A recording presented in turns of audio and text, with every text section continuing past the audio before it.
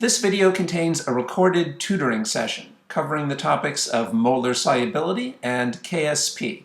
There's a table of contents for the video in the progress bar.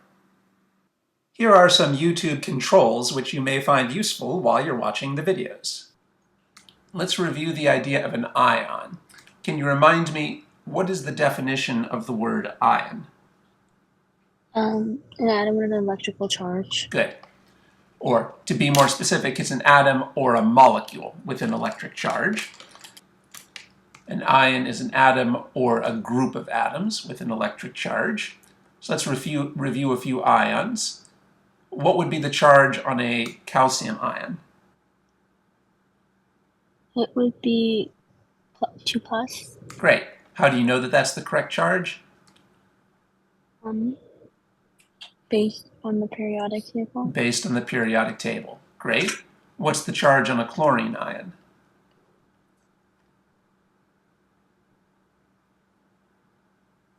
-1. Great. How do you know that that's the correct charge? Based on the periodic table. Good answer. Most of this video consists of a tutoring session recorded with a student, but I'm also going to add a few additional notes recorded on my own. You can use the periodic table to predict the charges on some ions. Keep in mind that elements want to lose or gain electrons in order to adopt the same electron configuration as a noble gas. For example, chlorine wants to gain 1 electron in order to adopt the same electron configuration as argon.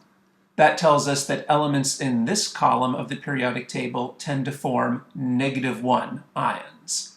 For another example, sodium wants to lose 1 electron in order to adopt the same electron configuration as neon. So elements in the first column of the periodic table tend to form +1 ions. Calcium wants to lose 2 electrons in order to adopt the same electron configuration as argon. So elements in the second column of the periodic table tend to form +2 ions. There are some elements for which you cannot easily use the periodic table to predict the charge on the ion. For example, you cannot easily use the periodic table to predict the charges for these elements in the middle of the periodic table, which are called transition metals. Do you know what this symbol stands for? What element? What element is this? Silver. Good, it's silver. Just wanted to remind you, obviously it doesn't look like silver, but this is from the Latin name for silver. Now, can you find silver in your periodic table? Yes. Now, I think you'll find silver in the middle of the table. Because silver is in the middle of the table, it's a transition metal, you cannot use the periodic table to predict the charges from elements in the middle of the table. Here's silver. So these elements in the middle of the table, when an element's in the middle of the table from these transition elements, you cannot use the periodic table in order to predict what the charge is. So we need a different approach. So for silver, we're just going to memorize the charge. It turns out that the charge on a silver ion is +1. So you just need to memorize that. It turns out that the charge on a silver ion is +1, so we'll just need to memorize that. Okay, so let's review. What's the charge on a silver ion? +1. Okay, good. That just has to be memorized because it cannot be figured out from the table. So let's do some exercises. This is an ionic compound, so it can be broken into ions. What ions can this be broken into? Pb and Br, 2. Okay, like this? Yes. Okay, that's not really quite right, so we'll have to fix that in a couple of ways. How do we fix that? First of all, in the molecule, this consists of 2 attached bromines. But when it breaks up into ions, the bromines will separate. These bromines will separate. So we no longer write a subscript of 2. We don't write a subscript of 2. If you wanted to, you can say that it separates into 2 bromines. If you want, you can say it separates into 2 separate bromines. But it does not split into Br2. The other problem with what you said is that since these are ions, we have to write down their charges. So here's how you would do that. What should be the charge on the Br? -1. Good. Can you tell me what the charge on the Pb will be?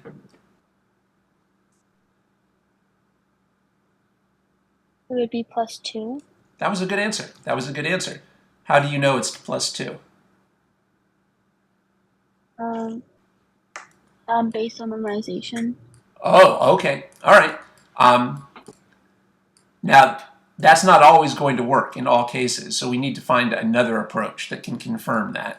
But is there another approach that we could use to confirm that?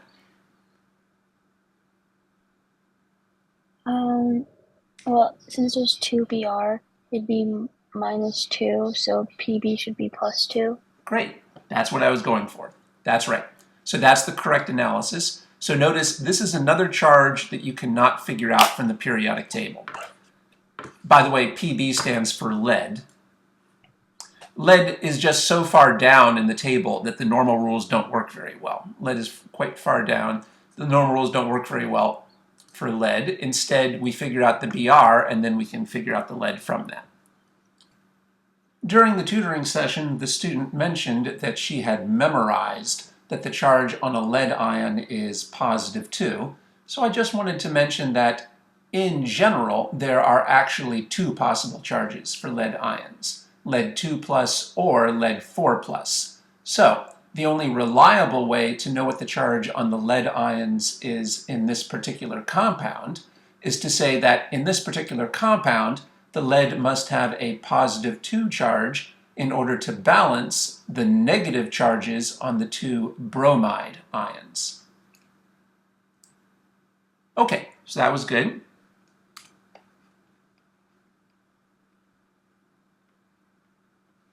So to remind you, when this splits into ions, it splits up into 2 separate bromine ions. So we do not write Br subscript 2 anymore when it splits up into ions. Here's another ionic compound. So how would we split this up? What ions does this split up into? 2Ag.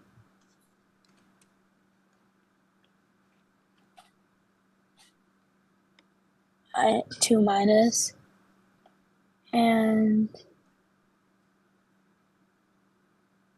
Let me give you some help. I think we might have made a mistake there. Now, it's good that you're thinking about the charges.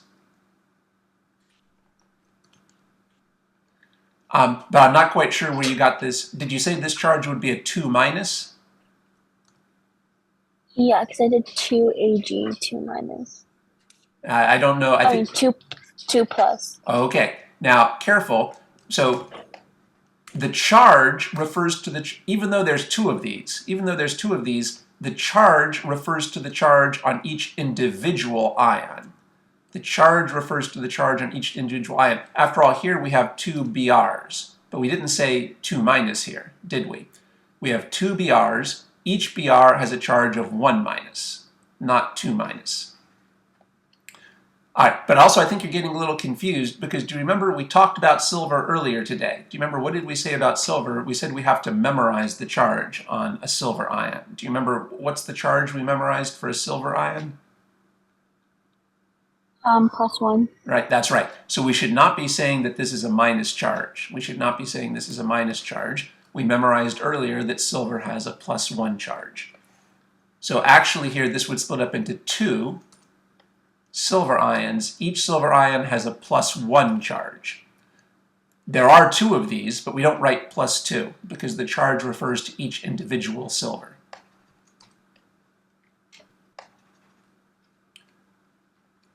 And what's the other ion going to be? CrO4. Well, that's a good start, but remember it's an ion, so it has to have a charge. So we have to say what the charge on it is. 2 minus. That's correct. How did you know that this charge should be 2 minus? Because the charge for 2Ag would be plus 2. That's right. Each individual Ag has a plus 1 charge. Since we have 2 of them, that would be positive 2. So to balance that, we need a negative 2. Okay. Okay, how would we break this up into ions?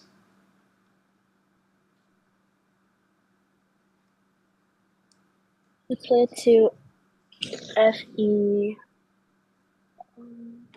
plus 1.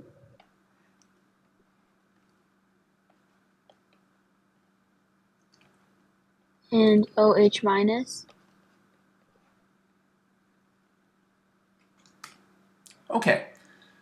Now, how did you know that this would be a minus? Well, maybe you've just memorized that hydroxide has a negative charge. I think we've memorized that hydroxide has a negative charge. What charge did you end up with on the iron? Plus 1. Okay, how did you figure that out?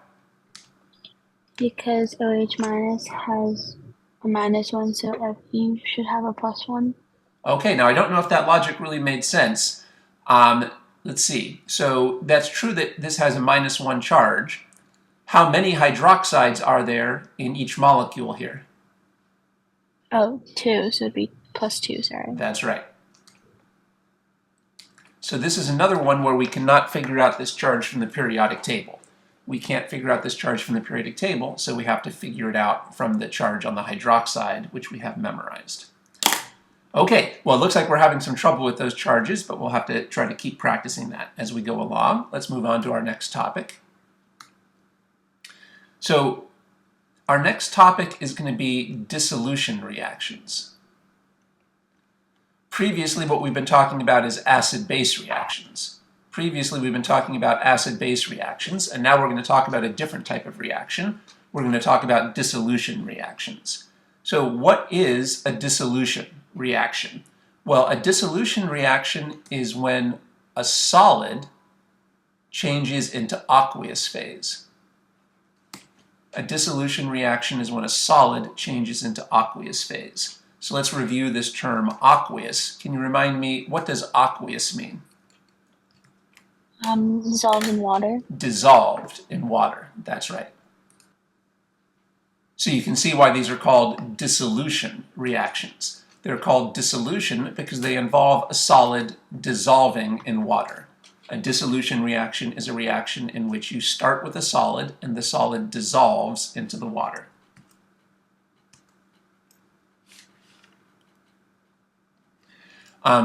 So if you ever put sugar in your coffee, if you ever have coffee and put sugar in it, that would be a dissolution, right?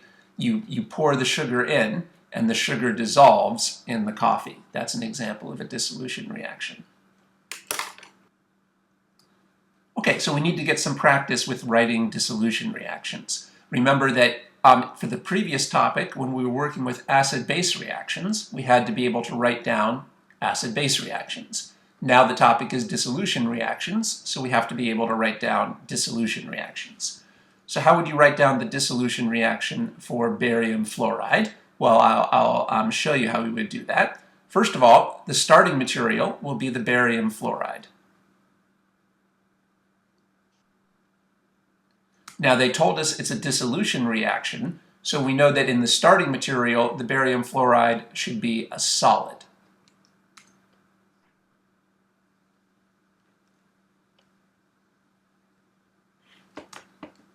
Now we know that this is going to dissolve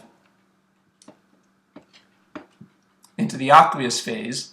Now this is an ionic compound. In fact, all the dissolution reactions that you and I are going to focus on are going to be dealing with ionic compounds. So in this chapter, all the dissolution reactions will involve ionic compounds. That means all the dissolution reactions will involve an ionic compound splitting into separate ions.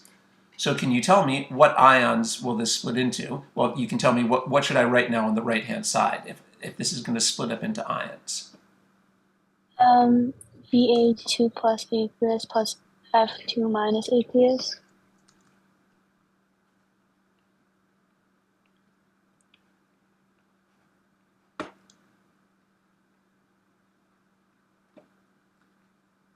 It's good that you were writing down the charges. It's good that you were writing down the phases. Now, some of these details might not be correct. Let's see. So first of all, we have to take into account each molecule of barium fluoride will produce 2 fluorides. So there should be a coefficient, a stoichiometric coefficient of 2 here. Each of these produces 2 fluorides, so this should have a coefficient of 2. Now, can you tell me what will be the charge on each fluoride? Is it going to be 2 minus? Excuse me? It would just be minus. All right, -1, -2, or -3? -1. That's right. How do you know it'll be -1? From the periodic table. We know the charges on fluorides from the periodic table. Okay. All right, and then how do you know that this will be a 2 plus? Well, you could figure this one out actually from the periodic table. Okay. Now for the barium, every time we dissolve 1 molecule of barium fluoride, how many barium ions will that produce? 1. 1. So the stoichiometric coefficient here is a 1. We don't need to write that down. We don't need to write down the stoichiometric coefficient of a 1, but we have to write down the stoichiometric coefficient of 2. This will be very important for solving problems. Getting the correct stoichiometric coefficients is very important for solving problems. So make sure you write that coefficient correctly. During the tutoring session, I referred to molecules of the ionic compounds. However, technically speaking, ionic compounds do not consist of separate molecules. It would be more accurate to say that 1 formula unit of the barium fluoride will produce 1 barium 2 plus ion and 2 F1 minus ions. Okay, so this is an example of how to write a dissolution reaction from solid to aqueous. So let's get some more practice with that. So here's another example. So can you tell me how would you write the dissolution reaction for this compound?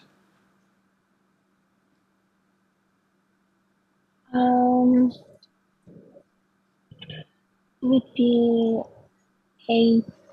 Ag2CR4 solid, completion arrow.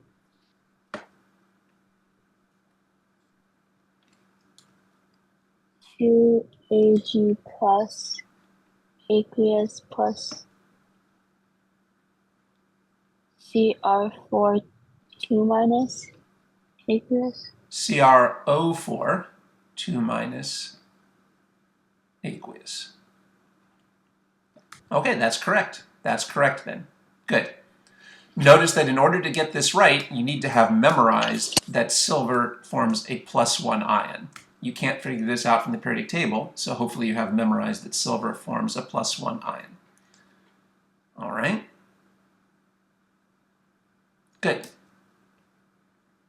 Let's try another example. How would you do this example? AgR solid, completion arrow, Ag plus aqueous plus I minus aqueous. Very good. Okay, that's good work. Now, I'm going to warn you that if you look in the lecture notes, your professor writes these dissolution reactions with equilibrium arrows. Your professor actually writes these with equilibrium arrows. But as we're going to talk about later today, the concept of equilibrium, I think, is actually not very useful for a beginning student for dissolution reactions. I think that for a beginning student, it's not very useful to think about these as equilibriums. Technically, these are equilibrium reactions. Technically, these are equilibrium. But the concept of equilibrium is confusing and not very useful for a student to use for dissolution reactions as a beginning student. So actually, I'm going to stick with what you said, and I'm going to stick with these completion arrows. So in the lecture notes, these will be written with equilibrium arrows, but like I said, I don't think it's very useful to think of these as equilibrium reactions. So we'll just keep using these completion arrows. So we'll stick with the completion arrows. Okay, so let's keep going. So let's move on to our next concept. So now we need to introduce the concept of molar solubility. You should remember hearing this concept talked about in class. Molar solubility. What would be the symbol for molar solubility?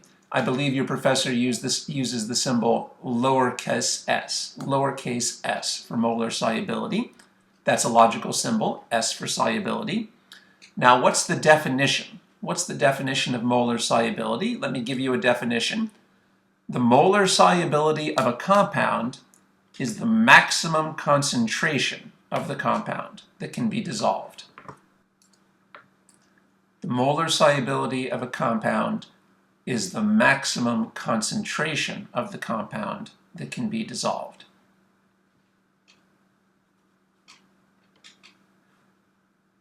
So clearly we're going to have to look at some examples to help us understand what this definition means. But can you tell me, how would you fill in this blank? Molar solubility is a type of what? How would you fill in this blank?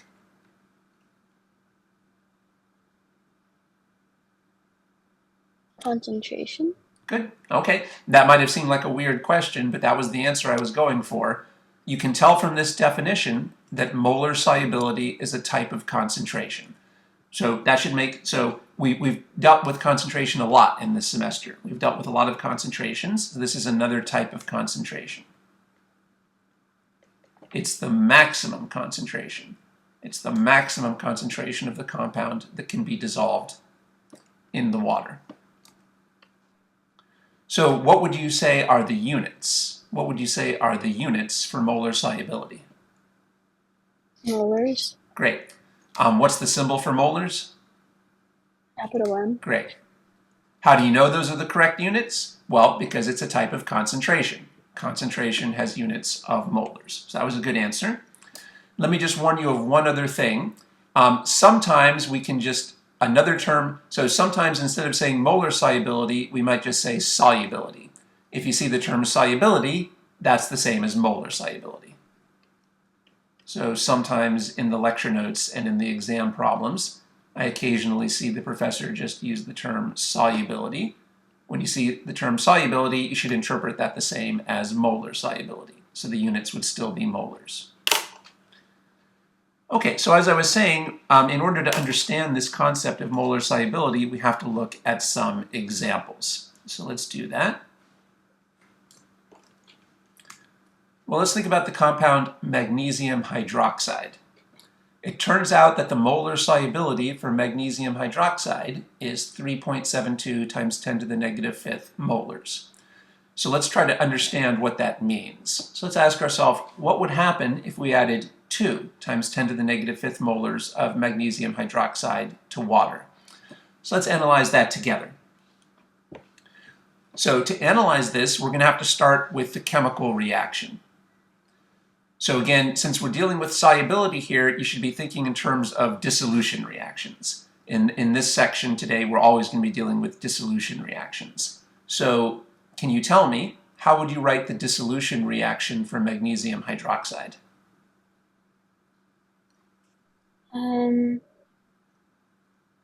MgOH2S, completion arrow, Mg2 plus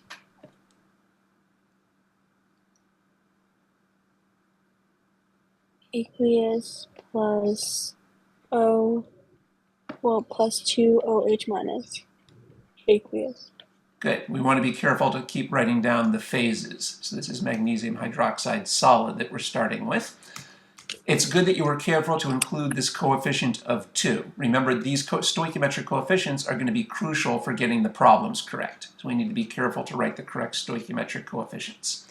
All right, so that's our chemical reaction. Now we're going to write down an ice table.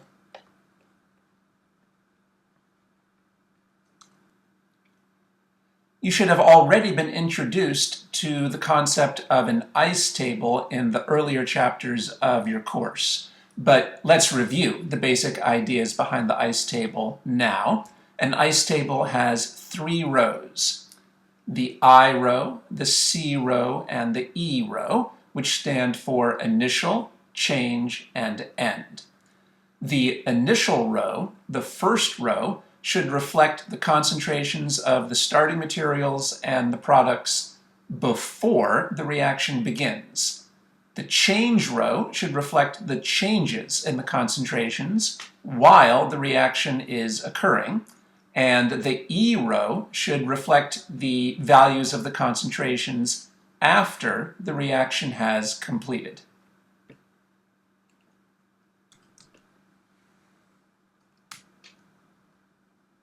What number do you think I should write down here?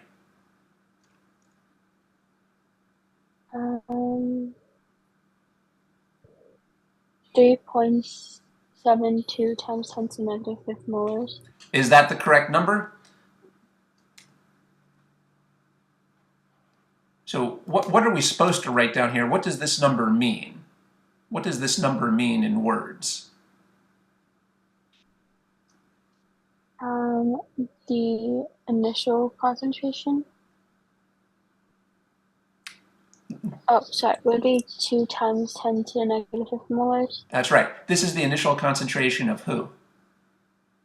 MgOH2. Okay. Why is this the initial concentration instead of this?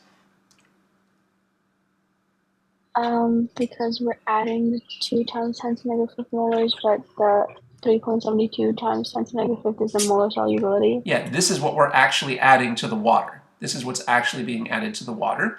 So this number should be 2 times 10 to the negative 5th molars. Good. What do you think we would write down here? 0 molars. Good. And here? 0 molars. Right. Why is that? Well, we know that if we don't have other information, we usually assume that we're starting with 0 concentration of the products, because this is supposed to be the row before the reaction begins. Well, before the reaction begins, we usually don't have any product yet. That's not always true, but that's the usual assumption that we make if we don't have other information. Okay, now, should this change be a plus or a minus?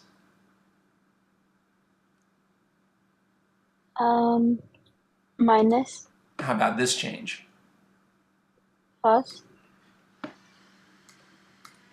And how about this change?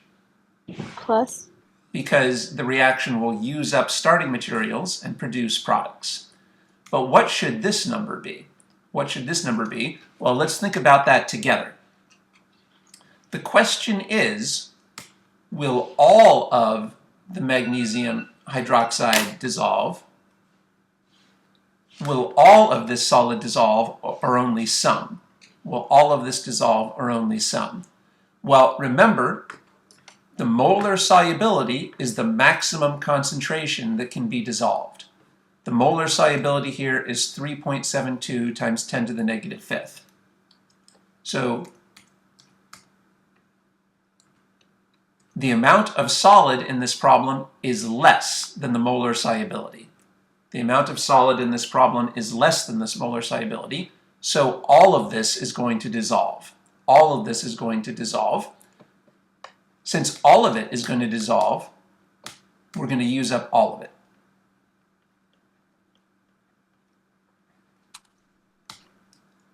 How did we know that all of this would dissolve? Because the amount of solid is less than the molar solubility. Okay, which is the maximum concentration that can be dissolved. So therefore, this number will be this. So what number should I write down here? Plus 2 times 10 to the negative 5 molars. Great. And what number do we write down here? 2 times 10 to the negative 5th molars.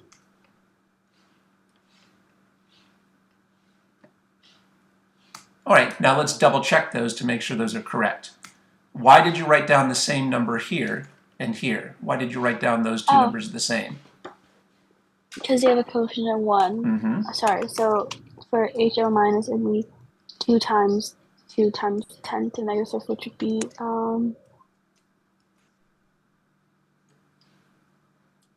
4 times 10 to the negative 5th. That's right. Now, I really want to emphasize this because this is one of the most common student mistakes. In this section, students really get this number incorrect. Students tend to get this number incorrect, so you want to highlight that and avoid that mistake. In fact, you can see that at first we did fall into that mistake. That's why I was telling you earlier that the stoichiometric coefficient was so important. It's really important to get this stoichiometric coefficient correct, because if you don't get the stoichiometric coefficient correct, you can't get the changes correct.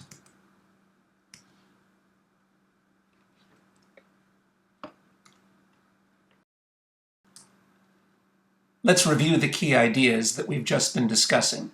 These numbers from the chemical reaction are called the stoichiometric coefficients. The stoichiometric coefficients give you hypothetical information about the changes to the concentrations. For example, hypothetically, if 1 molar of this starting material was used up, the stoichiometric coefficients tell us that 1 molar of this product would be produced and 2 molar of this product would be produced. Or, hypothetically, suppose that 2 molar of this starting material was used up. Well, if 2 molar of this starting material was used up, then the stoichiometric coefficients would imply that 2 molar of this product would be produced and 4 molar of this product would be produced. Or, hypothetically, if 3 molar of this starting material was used up, then the stoichiometric coefficients would indicate that 3 molar of this product would be produced and 6 molar of this product would be produced. So, in general, the stoichiometric coefficients do not tell you the initial concentrations for the initial row. Instead, the stoichiometric coefficients tell us the relationships between the concentrations that we should write down in the change row. Because these two stoichiometric coefficients are equal, we know that these two changes should be equal in absolute value. And because this stoichiometric coefficient is twice as big as this stoichiometric coefficient, we know that this change should be twice as big as this change in absolute value. Okay, now what number would you write down here? 0 molars. Okay, and here? 2 times 10 to the negative 5 molars. And here? 4 times 10 to the negative 5 molars.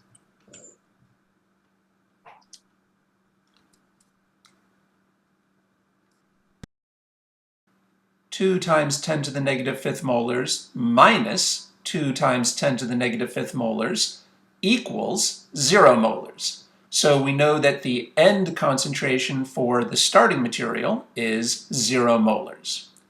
0 molars plus 2 times 10 to the negative 5th molars equals 2 times 10 to the negative 5th molars. So we know that the end concentration for this product is 2 times 10 to the negative 5th molars. And 0 molars plus 4 times 10 to the negative 5th molars equals 4 times 10 to the negative 5th molars. So we know that the end concentration for this product is 4 times 10 to the negative 5th molars. You should be careful to always write down the units for any numerical values you write in your ICE table. The units for each of these numerical values are molars. So now we've completed the ICE table. Okay, so this is the ice table analysis for this situation. This was the ice table analysis for this situation. Let's do some more examples. Okay, so how would you analyze this situation? Tell me, how would you fill out the ice table in this situation?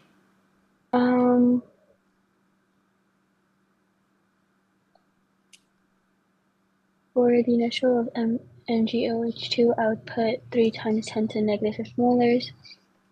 Then I'll put 0 molars for both of the products. Then I would subtract 3 times 10 to the negative 5 because it's smaller than 3.72 times 10 to the negative 5 molars.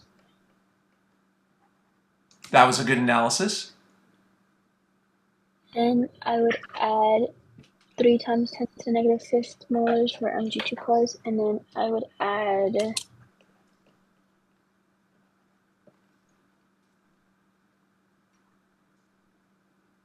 6 times 10 to the negative 5 molars.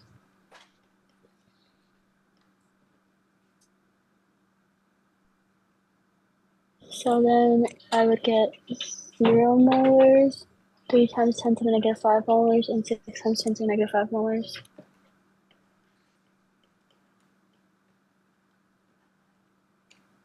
Good. That was a good analysis. Let's do another example. Okay, how would you analyze this example?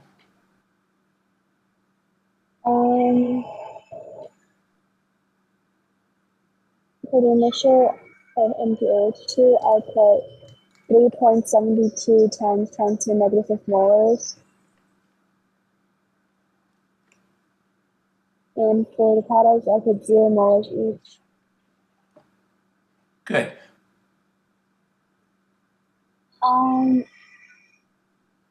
Since we have the same molars, will I still subtract it, or? So the question is, try to think about it in terms of the underlying situation. So remember, this tells us, so the question is, do you think that all the solid will dissolve? So you tell me, in this situation, will all of the solid dissolve, or will only part of the solid dissolve? All of the solid will dissolve? Yeah, it will all dissolve. Remember, the molar solubility tells you the maximum amount that you can, maximum concentration you can dissolve. The molar solubility tells you the maximum concentration you can dissolve. Well, the amount that we added is the maximum concentration that we can dissolve, so it will all dissolve. All of the solid here will dissolve. Okay, so how does that help us? What would we write here? I would subtract 3.72 times 10 to the negative 5 molars.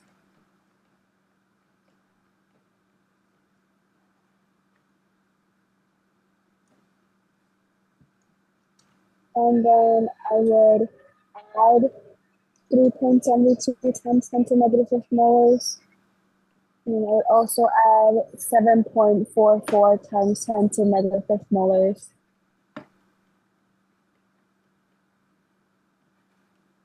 Good.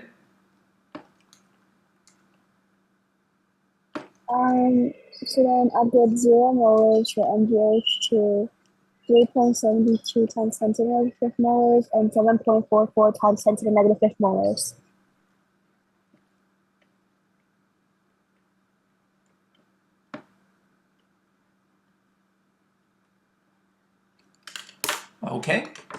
Okay, that's correct.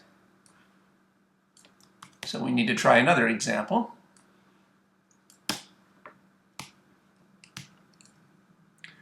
Okay, here's another example. So how would you analyze this example? What would we write down in the ice table? So for initial, it would be 4 times 10 to the negative 5 molars.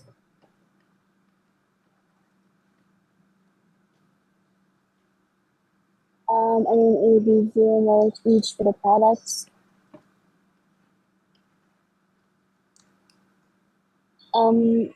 Since 4 times 10 to the negative 5 molars is greater than the molar solubility, we would minus x.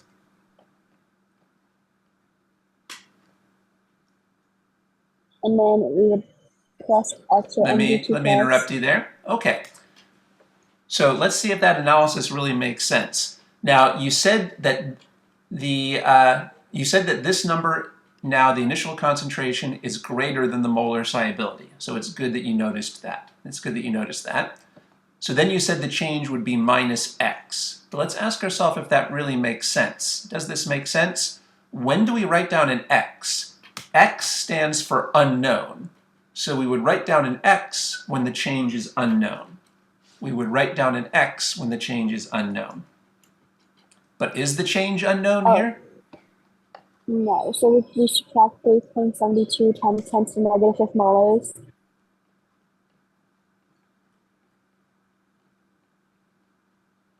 Okay, good. Yes, so let's go through that logic. Let's go through that logic.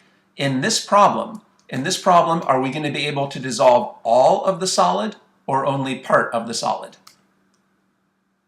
Only part of the solid. That's right. How much? How much of the solid can we dissolve?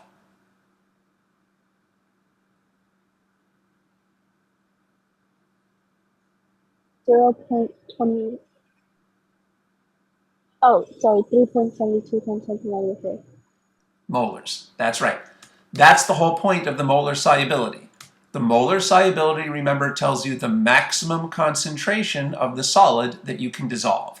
So the purpose of these examples is to give you a better understanding of what molar solubility means. These examples are supposed to give you a better understanding of what molar solubility means. The molar solubility tells us the maximum concentration of the solid that we can dissolve. So in this case, how much of this solid can we dissolve? 3.72 times 10 to the negative 5th molars. So we should not write down an x here. We only write down an x when the change is unknown. But in this case, we do know how much of the solid will dissolve. Okay? So now what numbers can we write here? Plus 3.72 times 10 to the negative 5th and plus 7.44 times 10 to the negative 5th.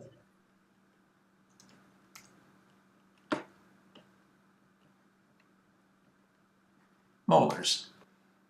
Unfortunately, as you may have noticed, during the original tutoring session, I made a mistake at this point, and I wrote down the wrong number for this change.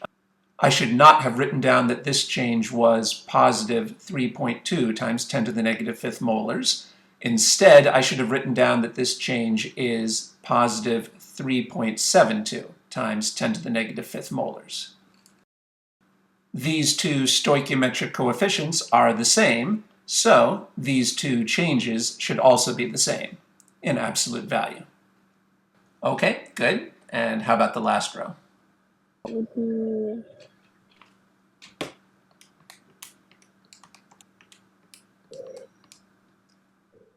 2.8 times 10 to the negative 6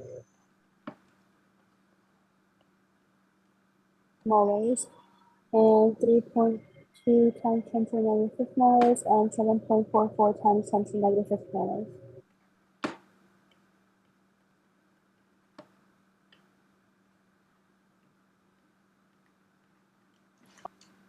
The ice table that I wrote down during the original tutoring session had a couple mistakes.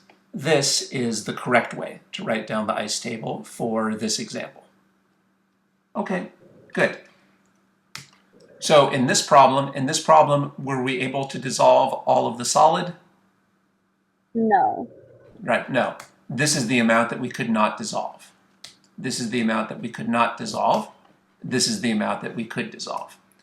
Okay, so remember, what was the definition of molar solubility? Our definition was that the molar solubility is the maximum concentration of the compound that can be dissolved. The molar solubility is the maximum concentration of the compound that can be dissolved.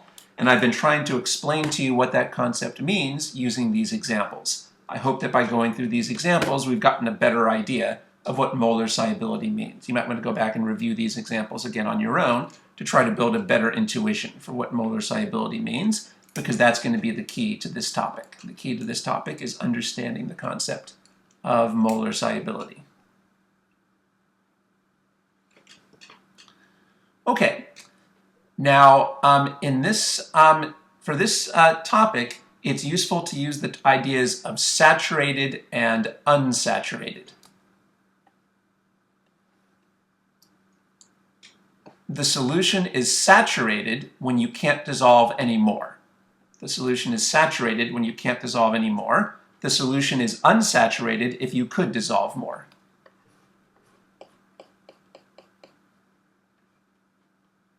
So for example, go back to this example. Let's go back to this example. In this example, would it have been possible to dissolve more of the solid?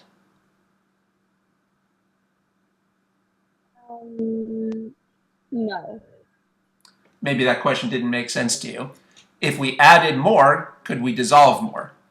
If we add, so here we've added 2 times 10 to the negative 5th molar.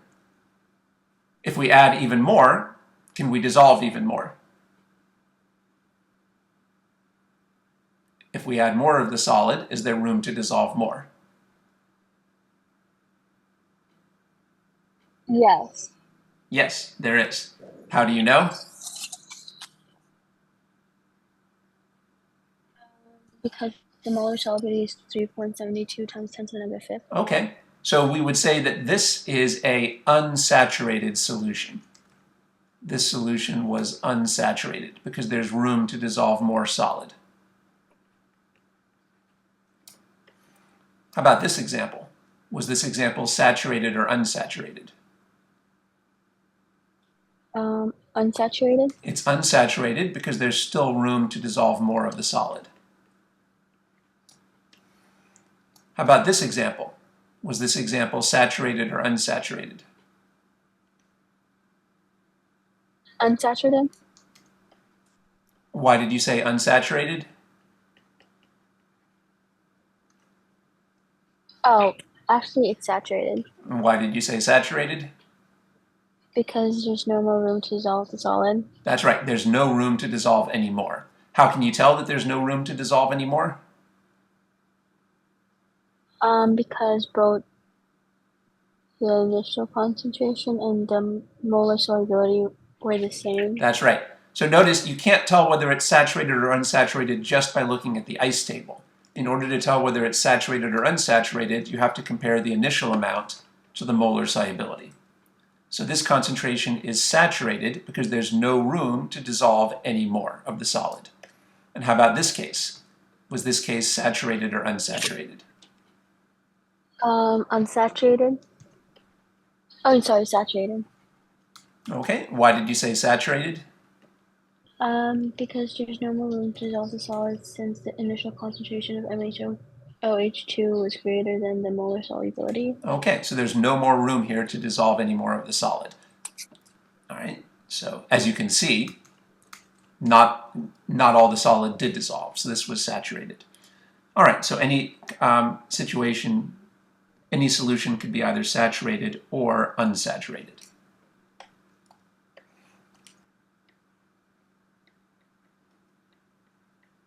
So those are the definitions we just talked about. An unsaturated solution has room to dissolve more solid. A saturated solution has no room to dissolve more solid.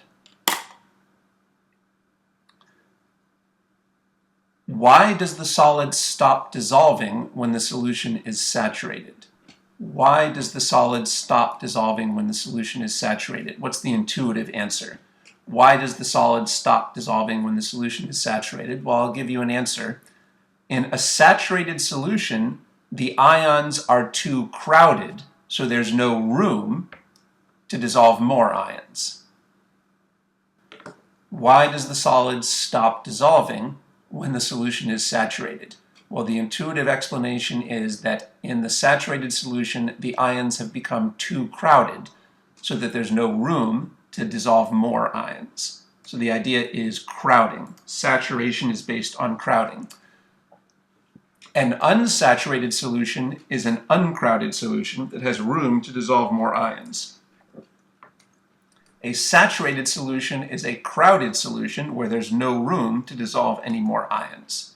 That's a kind of intuitive way to look at this phenomenon. All right, now I mentioned to you earlier that the concept of equilibrium is not very helpful for this topic. For dissolution reactions, I don't think it's useful to think in terms of equilibrium. Instead, we're going to be thinking in terms of saturation. So instead of equilibrium, we're going to apply the concept of saturation. For a dissolution reaction, it's more useful to use the concept of saturation rather than equilibrium. So the point is that saturation is kind of the analogy to equilibrium. Actually, saturation is a type of equilibrium. Saturation is a type of equilibrium, but like I said, it'll be confusing to try. It's different from an ordinary equilibrium. So we're not going to think of it as an equilibrium. We're just going to call it saturation. Now, for a dissolution reaction, at saturation, we can use this key equation, Q equals KSP.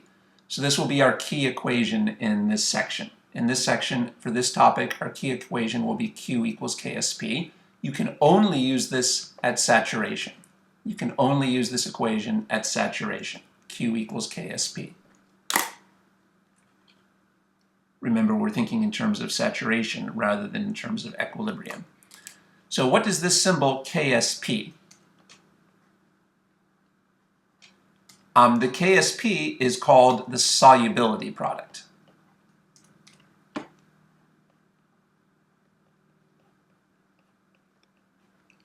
The KSP is called the solubility product. I guess that's what the SP stands for, solubility product. Can you guess what the units are for the KSP? No units. That's a good guess. There are no units. That should make sense. Notice that the KSP is a lot like an equilibrium constant. Again, we're not going to use the concept of equilibrium, but the KSP is a lot like an equilibrium constant. So similarly, it has no units. Okay, so lastly, let's try to do one more question today before we finish. If you think about it now, we've mentioned two key concepts. What are the two key concepts we've discussed today? Well, we've discussed molar solubility and we've discussed KSP. So what are you going to have to do on the test? Well, on the test you might be given the KSP and you might have to figure out the molar solubility. Or you might have to go in the other direction. You might be given the molar solubility and you have to figure out the KSP. Both of those questions are actually solved using the same basic approach. So here's the approach for figuring out KSP from molar solubility or molar solubility from KSP. First, you write the chemical reaction. Then you complete an ice table. You make the assumption that the initial concentration of the solid equals the molar solubility. That's the technique for solving this type of problem. Make the assumption that the initial concentration of the solid equals the molar solubility. Now that will saturate the solution, and once the solution is saturated, you can use the equation Q equals KSP to solve the problem. So let's try to do one more quick problem to see how to do that. Here's the problem.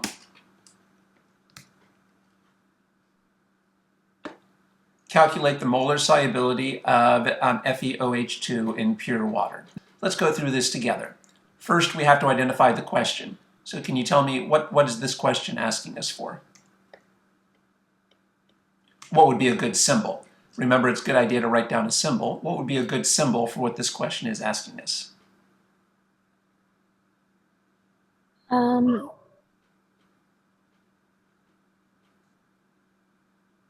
Molar solubility. Great. Do you remember what the symbol is for that?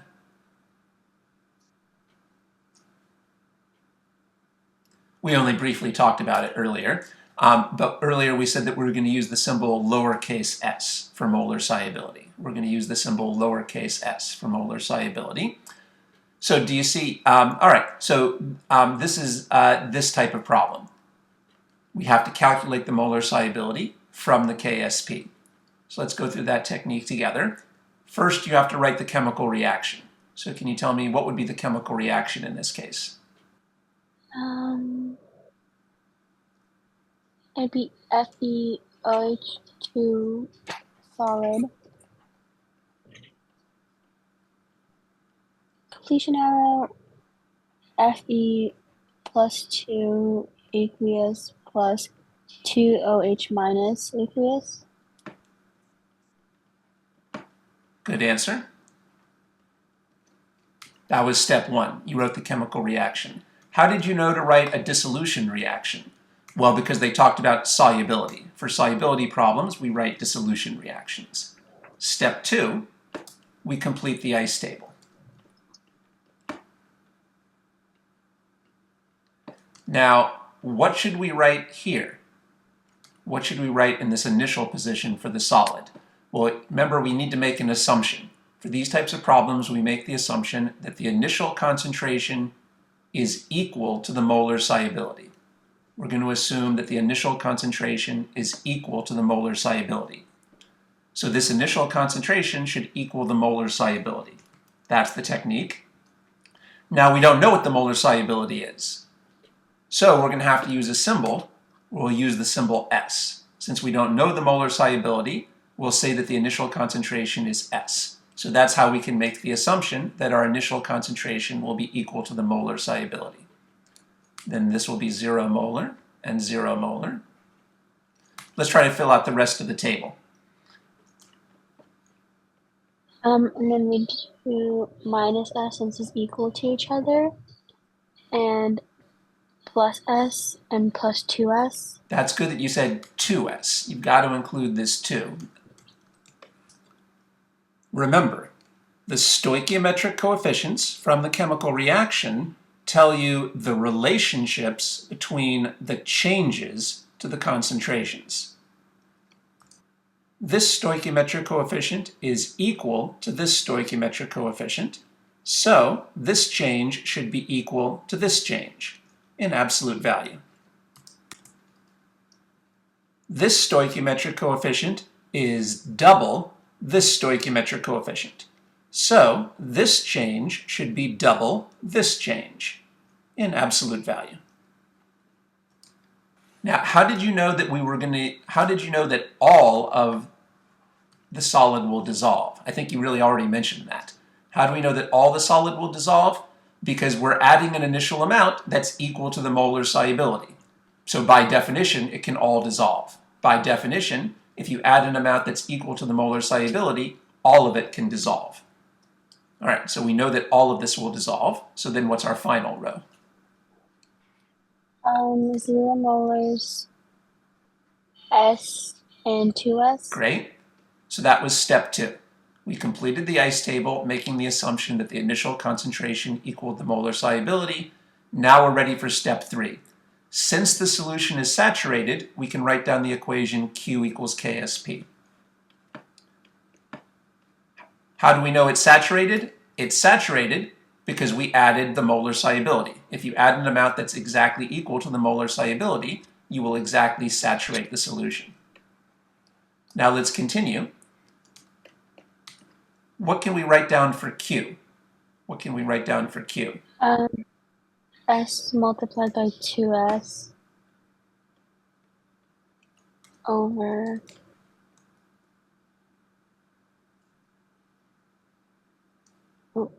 if you put it over 0, it would be,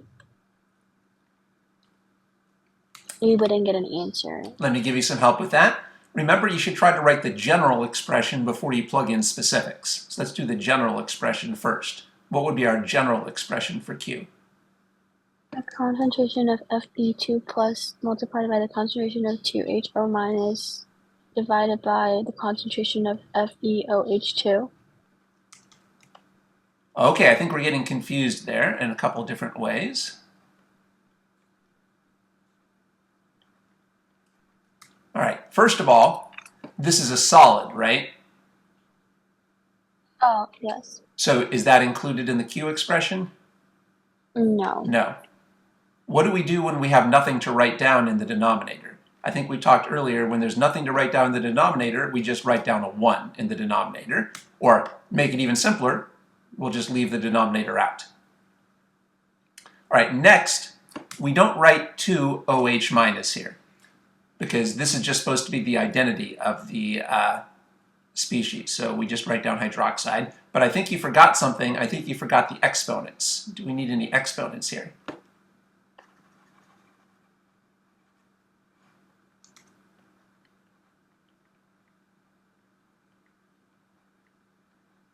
Do you know, do we need any exponents here? How can we tell? Would we need to put a 2? That's right. Do you remember we talked about that earlier? When you're writing the Q expression, the stoichiometric coefficients tell you the exponents for the Q expression. The stoichiometric coefficients tell you the exponents. So we have to write an exponent of 2 here. You should be familiar with the symbol Q from the earlier chapters of your course. Q is called the reaction quotient. The numerator for the Q expression should include the concentrations for the products, and the denominator for the Q expression should include the concentrations for the starting materials.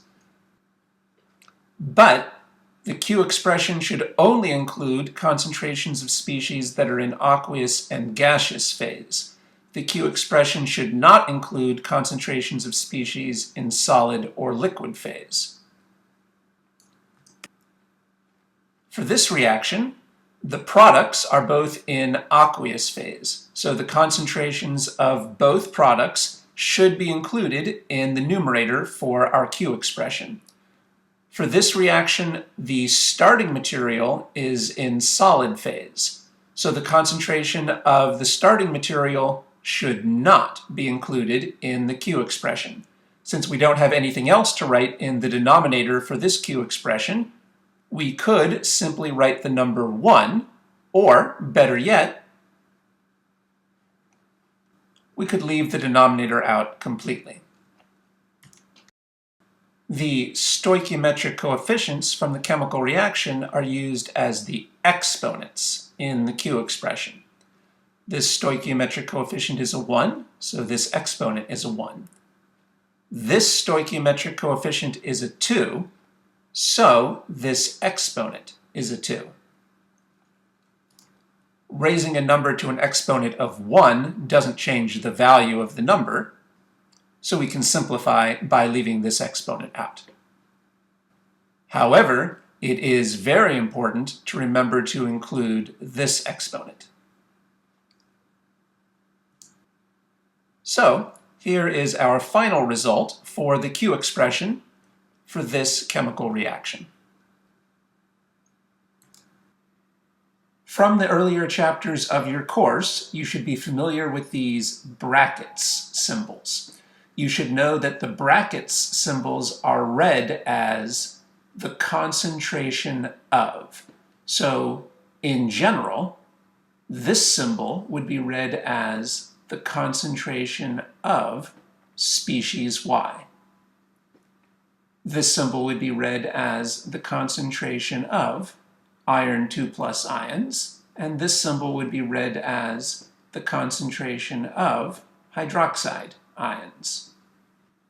When we use the brackets symbols, the concentration is measured in units of molars, and you should know that the symbol for molars is capital M. How about the KSP? Well, we're going to have to get that from a table. Here is a typical table containing values for the KSPs for various ionic compounds. You should be able to find a table like this in your textbook. And you can find a link to this particular table that we referred to during the tutoring session in the video description box. From this table, you can see that the KSP value for iron hydroxide is 4.87 times 10 to the negative 17th. Different tables from different sources might have slightly different values for the KSP. So in order to follow along with this recording, it might be a good idea to click that link in the video description box and print out this particular table, since we will be referring to the values in this table in the rest of the recording. 4.87 times 10 to the negative 17.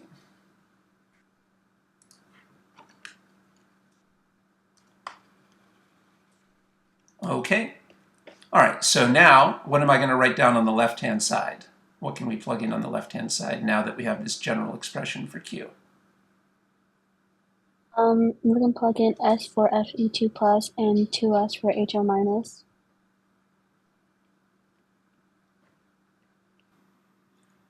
Remember that this equation applies when the solution is saturated.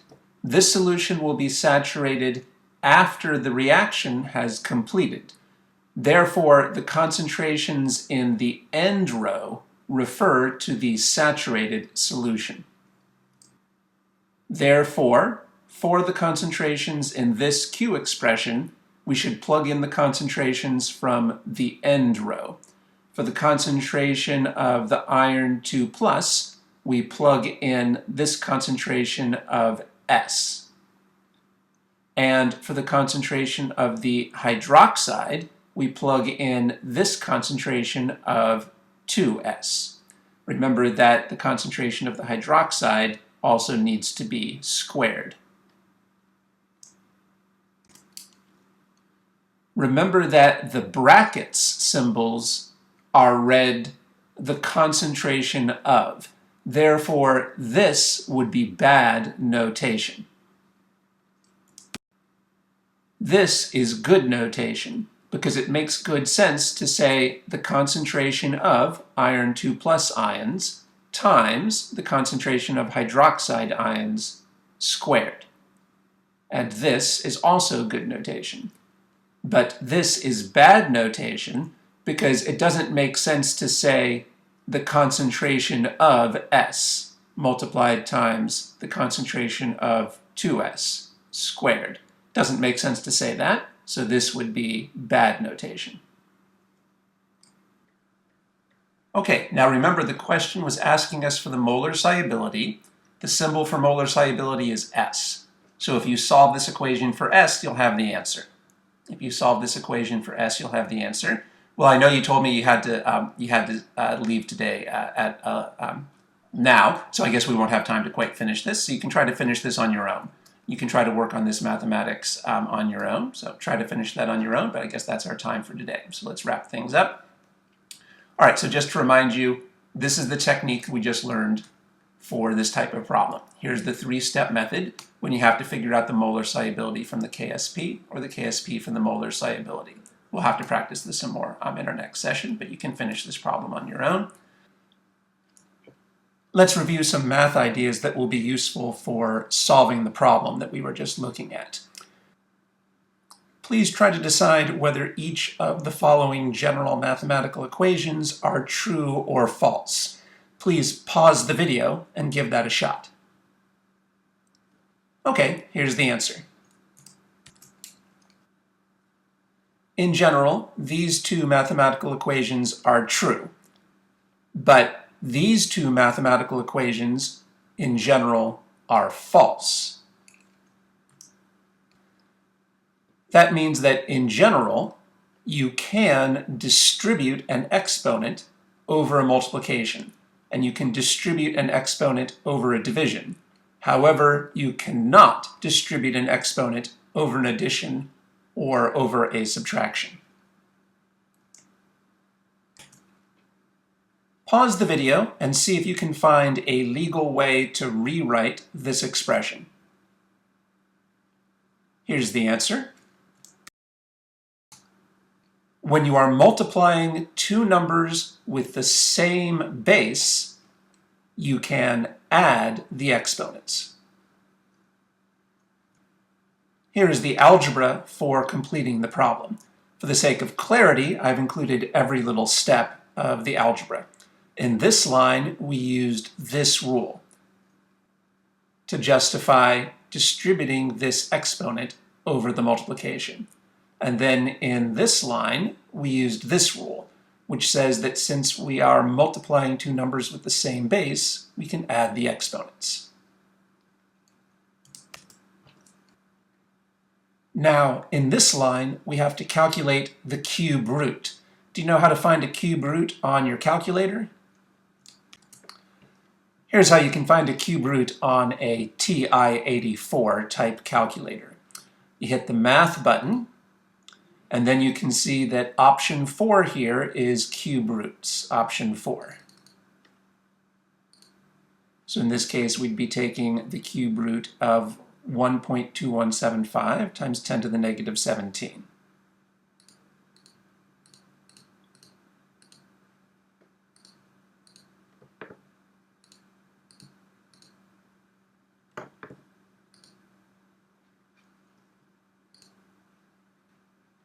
To review, to find a cube root on the TI-84 calculator, you hit the Math button and then you choose option 4 from this menu.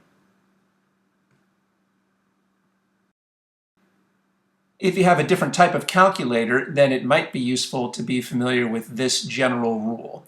In general, the nth root of x is the same as x raised to the 1 over n power. So the third root of this number equals this number raised to the 1/3 power. So let's use this alternative approach to calculate the cube root. We're going to calculate 1.2175 times 10 to the negative 17th power, and that's all raised to the 1/3 power. And you can see we get the same result. Be careful to always include units on all of your results. Remember that S stands for molar solubility, and the units for molar solubility are molars. Here's our complete solution to the problem.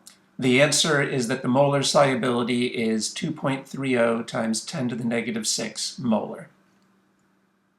You should notice that our result here is a very small number, but getting a very small result is not suspicious when we're calculating a molar solubility. In this chapter, we're focusing on slightly soluble compounds.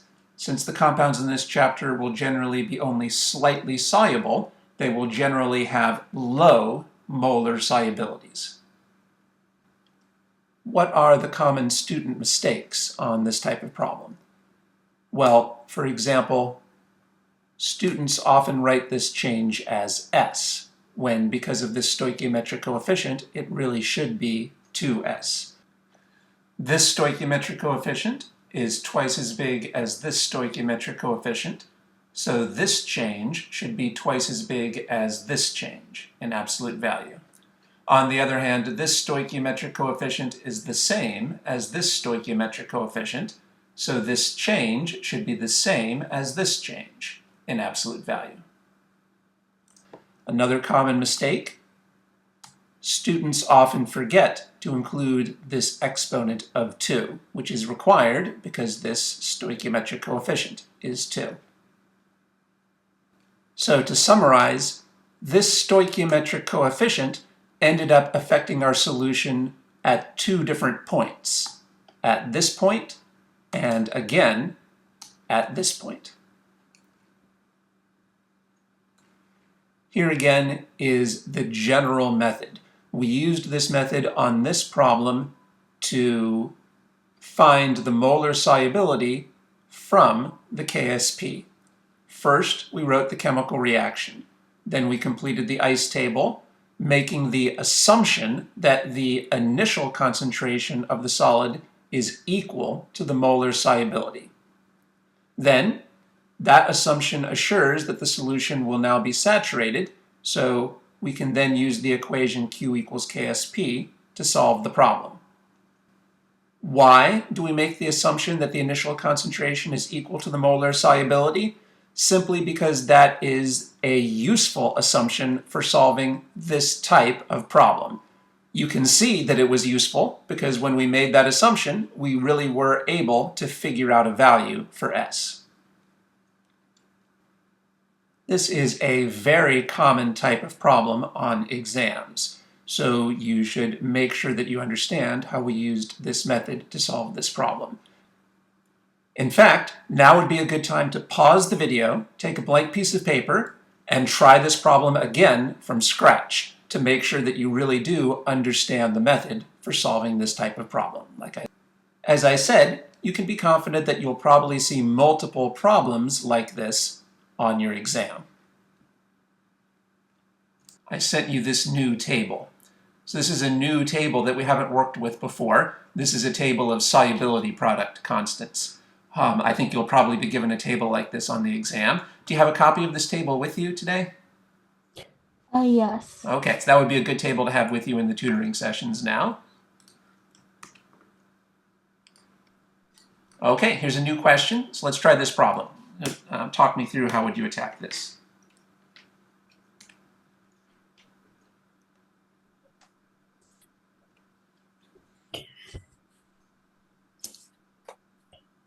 So we can do a GCl solid completion arrow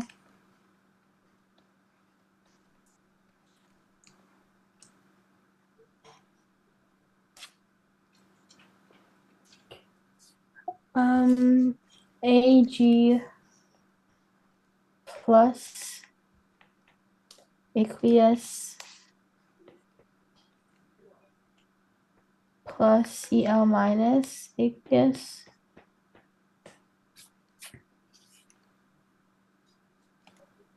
and then we do an ice table, and for the initial concentration for AgCl it would be 1.77 times 10 to the negative 10 molars and 0 molars for Ag plus and Cl minus. And then Okay, let's stop there and talk about this. Remember, we want to be in the habit of beginning by writing down a symbol for what the question is asking us. What would be a good symbol that you could write down for what this question is asking? S. Good. Now, so where did this number come from? Why is this the correct number to plug in here? Because based on the table, AgCl's KSP is 1.77 times 10 to the negative 10. Okay, so is this the correct number to plug in here? No. No. So for one thing, what are the correct units for this number?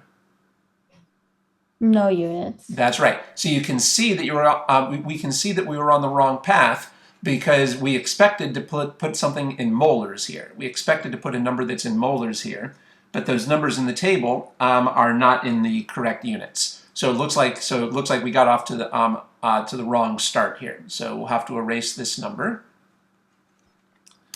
Okay, so you and I haven't talked about that table very much, but keep in mind these numbers here stand for KSPs in the table. Okay, so let's go through this together. You did a question like this in the homework. But that's the only example we've done so far. So I think you might have forgotten a little what the method is that we talked about last time. We only introduced it once. Oh, so Sorry, go ahead. we put S for initial concentration, and then we can subtract S from that and add S to the products. So to get 0 molars and S for both of the products. And then you do Q equals KSP, and that would be the concentration of Ag plus multiplied by the concentration of Cl minus equals KSP, which is 1.77 times 10 to the negative 10. So then we do S times S, which is S squared equals 1.77 times 10 to the negative 10. And then we do S equals, we would have to square root both sides and get S equals 1.33 times 10 to the negative 5.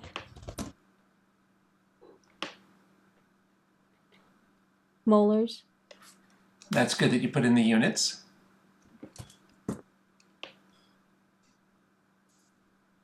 Okay, so what then?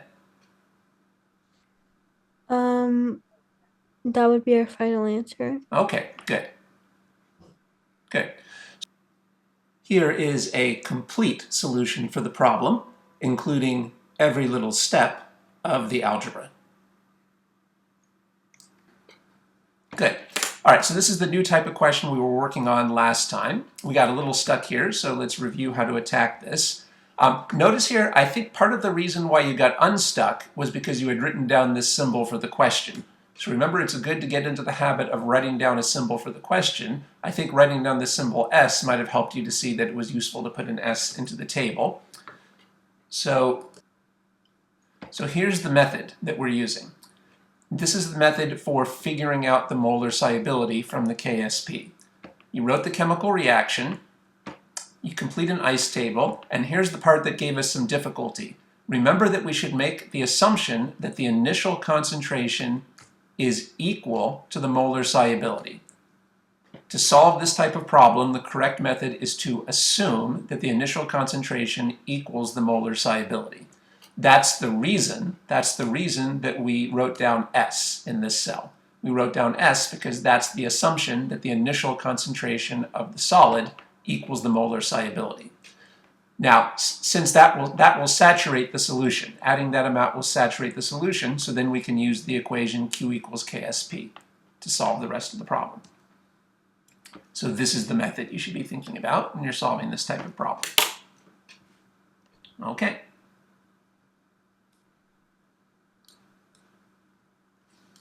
So here's our next problem.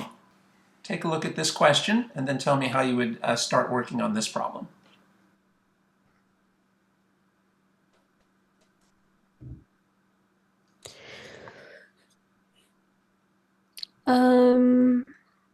So I would write the chemical reaction, which is Ag2SO4 solid completion arrow, 2 Ag plus aqueous plus 4 no,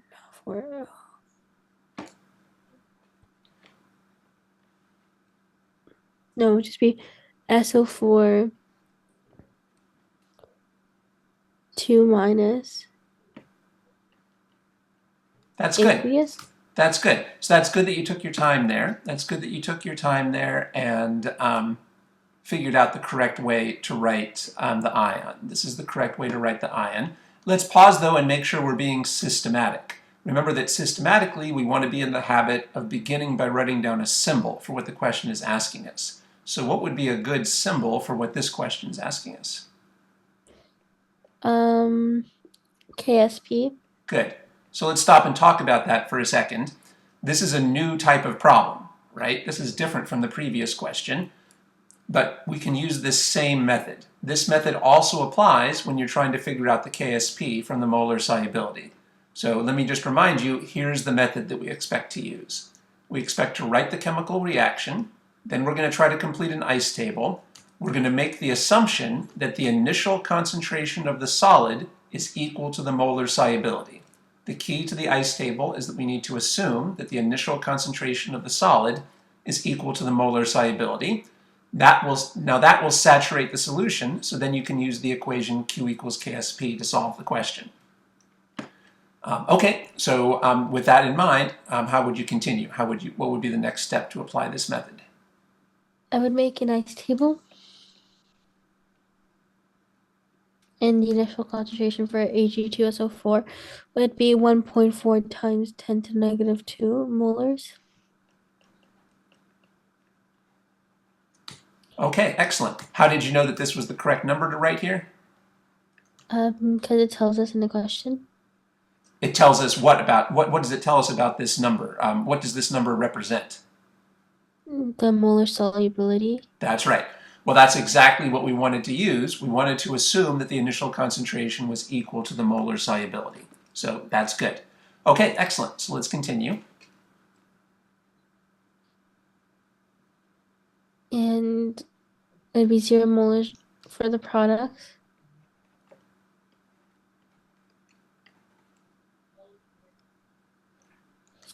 So now we could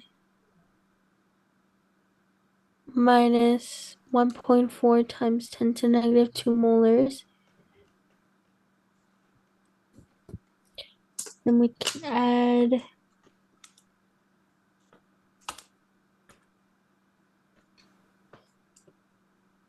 0.02 8 molars. And then we would add 1.4 times 10 to negative 2 molars.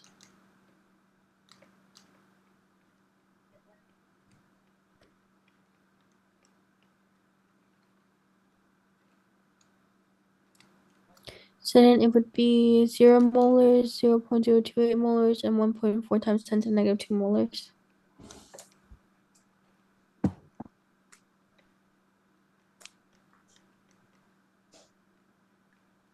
Good. Let's pause there for a second. How did you know that all of the original starting material would be used up?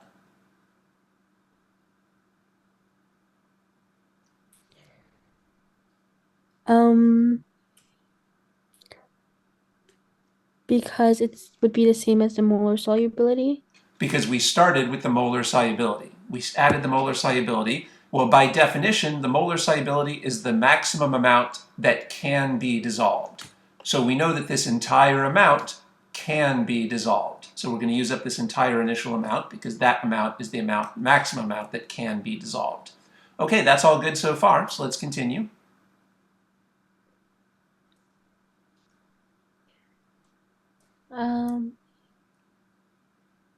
Q equals KSP. Do the concentration of Ag plus.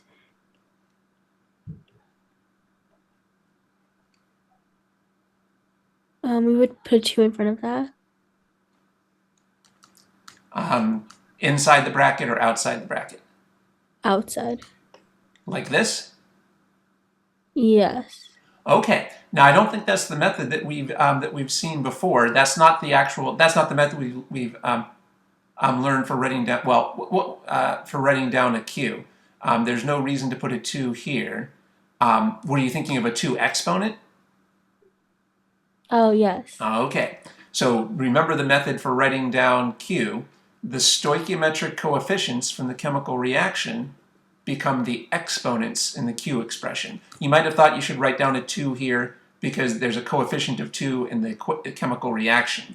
But this coefficient of 2 does not become a coefficient of 2 in the Q expression. It becomes an exponent. The coefficient from this expression becomes the exponent here. Okay, so let's continue.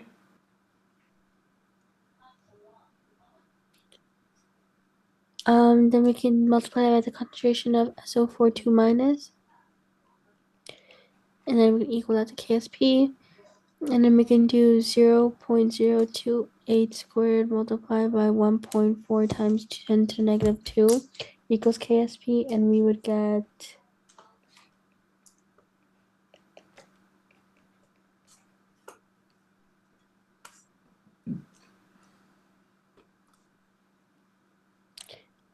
KSP equals 1.1 times 10 to the negative 5th.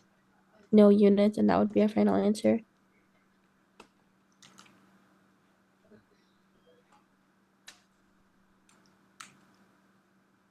Very good. Okay, that was exactly correct. Very good. Okay.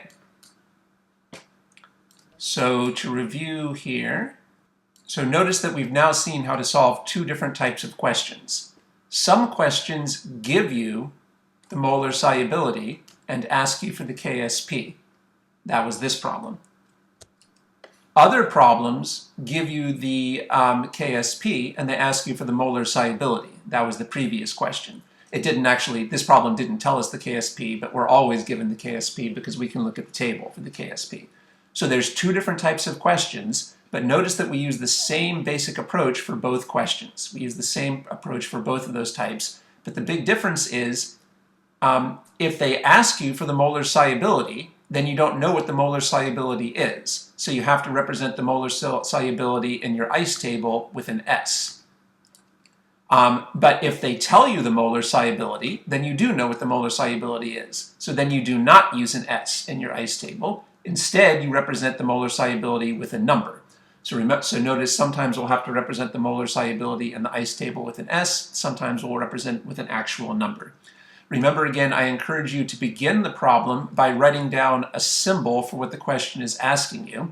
because that will help you to see what type of problem you're working on. Here, this was a problem where we were asked for the KSP, but this was a problem previously where we were asked for the molar solubility. We use the same basic approach, but there's an important difference. The same basic approach, but with a difference in the details for those two different types. Okay. Remember again, we had to practice a little how to write the Q expression. So remember that the stoichiometric coefficients in the chemical reaction do not become coefficients in the Q expression. Instead, they become the exponents in the Q expression. All right, so this is a popular type of problem on exams. You'll probably see one or two of these or more on the exam. So again, carefully compare these two problems so you can see the similarities and differences. Okay.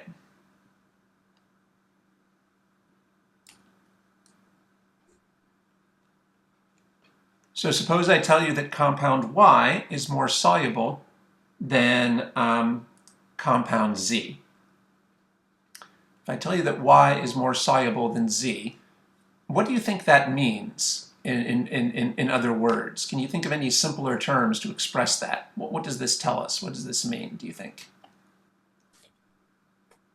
The compound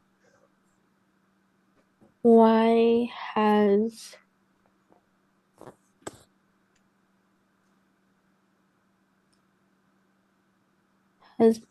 more molar solubility than compound Z. Okay, that's actually a correct answer. That is a correct answer. So this means that compound Y has a greater molar solubility than compound Z. That was a good answer.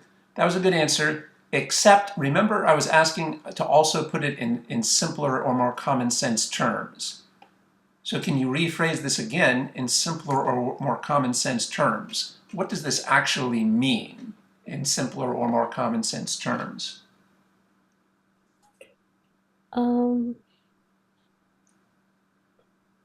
Compound Y can easily dissolve in water than compound Z. Okay, that's on the right track. That's on the right track.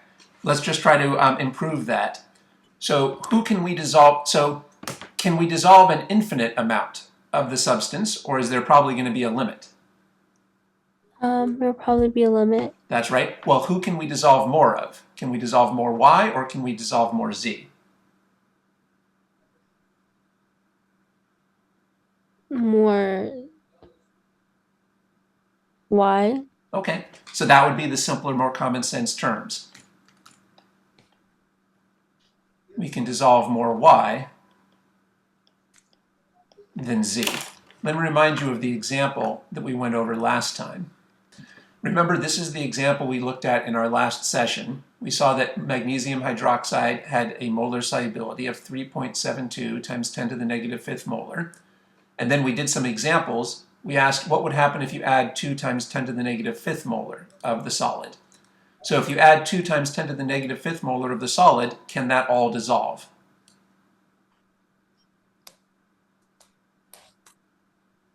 Yes. Yeah, it all dissolved. How about if we add 3 times 10 to the negative fifth molar? Can that all dissolve? No. Oh, sorry. Yes. You can see it dissolved in the table, right? You can see all of this dissolved. We lost all of the solid and it turned into ions, so it did all dissolve. Then we tried adding 3.72 times 10 to the negative fifth molar of the solid. Could we dissolve all of that? That can't dissolve anymore. So my question was, in this example, we added 3.72 times 10 to the negative fifth molar. Was it possible to dissolve all of this solid? Yes. You can see that it all dissolved. Then we did another example where we added 4 times 10 to the negative fifth molar. Was it possible to dissolve all of this solid? No. No. We could only dissolve part of it. How much of it could we dissolve?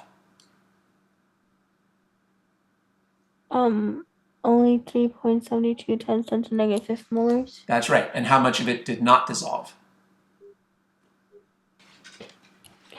2.8 times 10 to negative 6 molars. Okay, so I'm just trying to use these examples to give you better intuition for how dissolving things works. So what we see from these is that there's a limit to how much of the solid you can dissolve. There's a limit to how much of the solid you can dissolve. The molar solubility tells you that limit.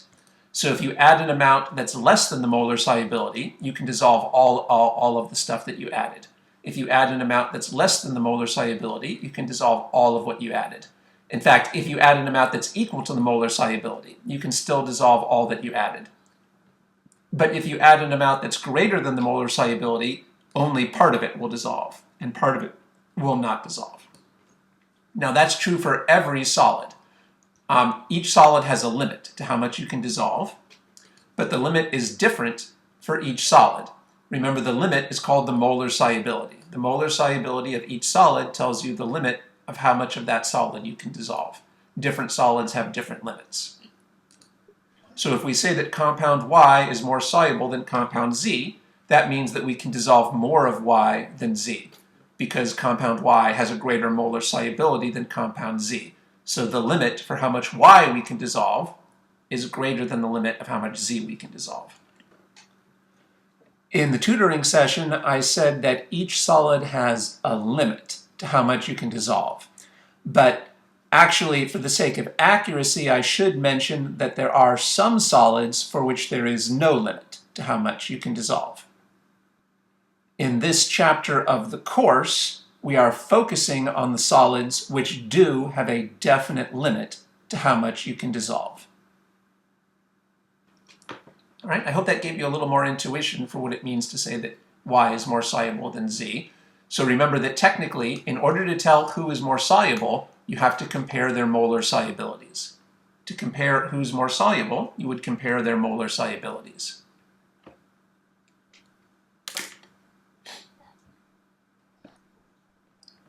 So here's a problem. You're given information. Here's the molar solubility for compound W, and here's the molar solubility for compound V. So can you tell me which of these solids is more soluble?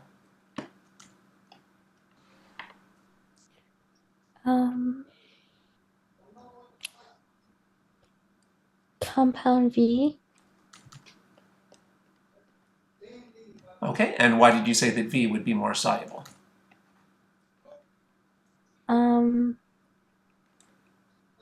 Its solubility is larger than compound W. All right, how can you tell that its solubility is larger? Oh, sorry, it'd be compound W. Sounds like you changed your mind. So why would you say W? Because it's 3 times 10 to negative 4 molars, and compound V is 5 times 10 to the negative 6 molars. Good. So which is the bigger number? 3 times 10 to negative 4 molars. That's right. So the important thing is, which of these two numbers is bigger? 10 to the negative 4th. That's right. Because negative 4 is bigger than negative 6, 10 to the negative 4 is bigger than 10 to the negative 6. So you have to be careful in these questions because you're likely to be working with a negative exponent. Okay, so how do you decide which solid is more soluble? How do you decide which solid is more soluble? You compare their molar solubilities. To decide which solid is more soluble, you compare their molar solubilities. We'll come back to that.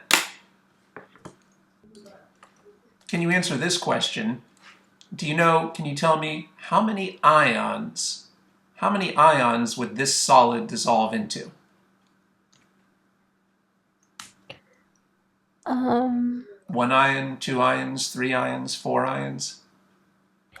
3 ions. Good, that's a good answer. So let's do a few more examples. How many ions would this dissolve into? 2 ions. Great, how about this?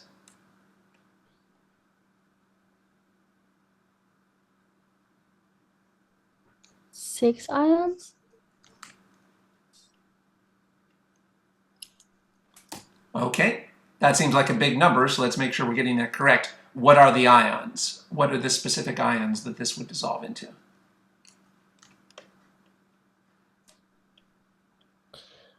Ag.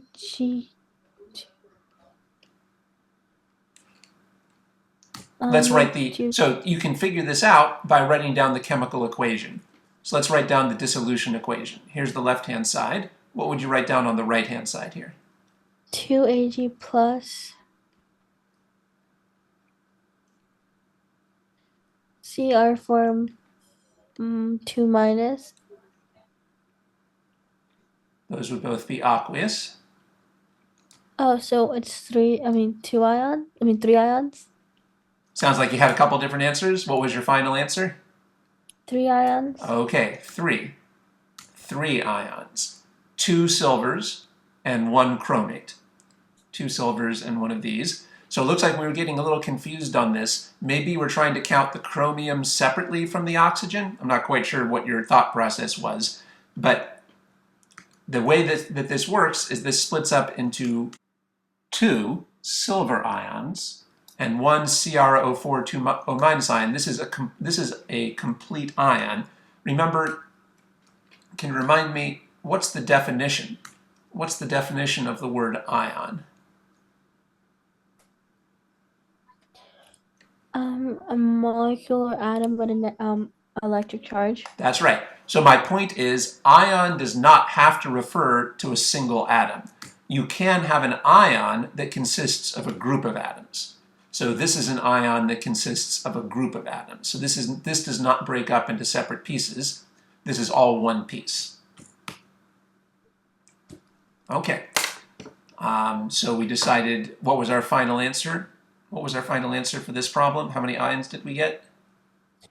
3 ions? That's correct. So notice the way to figure out the number of ions is to think about the chemical equation.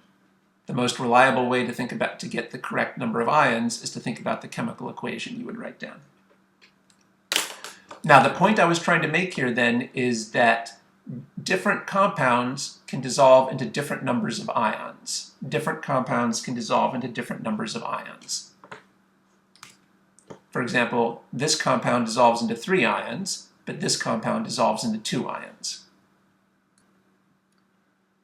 In the next portion of the tutoring session, the student and I used the terms direct relationship and inverse relationship. So let me clarify what those terms mean. If we say that there is a direct relationship between 2 variables, x and y, that means that increasing variable x will also increase variable y. On the other hand, if we say that there is an inverse relationship between x and y, that means that increasing x will decrease y. The concepts of direct and inverse relationships are useful for thinking about many scientific topics. Now, here's why that's important. If 2 compounds dissolve into equal numbers of ions, you can compare their KSP values. But if the 2 compounds dissolve into different numbers of ions, you cannot compare the KSP values. If they dissolve into equal numbers of ions, you can compare their KSP values. But if they dissolve into different numbers of ions, you cannot compare their KSP values. So let's think about that. If a compound has a large KSP, do you think that it would tend to have a large molar solubility or a small molar solubility?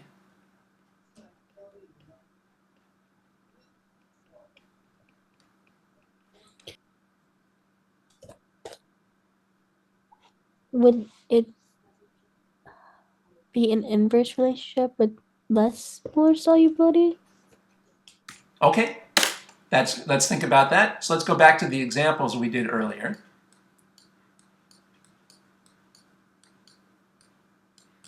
So do you remember this example? This is an example where we used the KSP to figure out the molar solubility, right? We used the KSP here to figure out the molar solubility. Here's the equation where we did that. We plugged in the KSP on the right side of the equation, and we used that to figure out the molar solubility on the left side of the equation. So you tell me, based on this equation, would there be a direct relationship between the KSP and the molar solubility, or would there be an inverse relationship between the KSP and the molar solubility?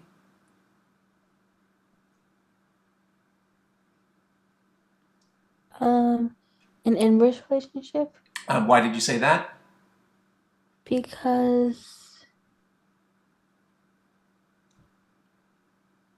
the KSP is smaller than the molar solubility. Okay, that's actually not the correct way to think about that. Inverse relationship does not mean that one thing is smaller than the other thing. Inverse relationship doesn't mean that the first thing is smaller than the other thing. Inverse relationship is about what would happen if we change one thing, how that changes the other thing. So I think we're getting confused by that concept of an inverse relationship. So think about this number. What would happen if we made this number bigger?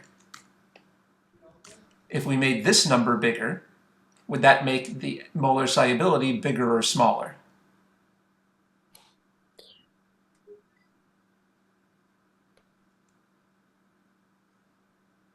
It would be bigger. Okay, do you see why that is? So if you increase the KSP on the right side of the equation, it should be clear that that's going to increase the S on the left side of the equation. If we increase this KSP on the right side of the equation, it should be clear that that will increase the S on the left side of the equation. Okay, so does that look like a direct relationship or an inverse relationship between the KSP and the molar solubility? A direct. That's right. All right, so that's what direct and inverse means. In order to think about whether something is a direct or inverse relationship, you can't just compare the KSP with the S. Instead, you have to ask what happens when you change the KSP. You have to ask, if I increase the KSP, what effect will that have on the molar solubility? So I hope that you can see from this equation that the bigger we make the KSP number, the bigger the S number is going to come out. That's a direct relationship.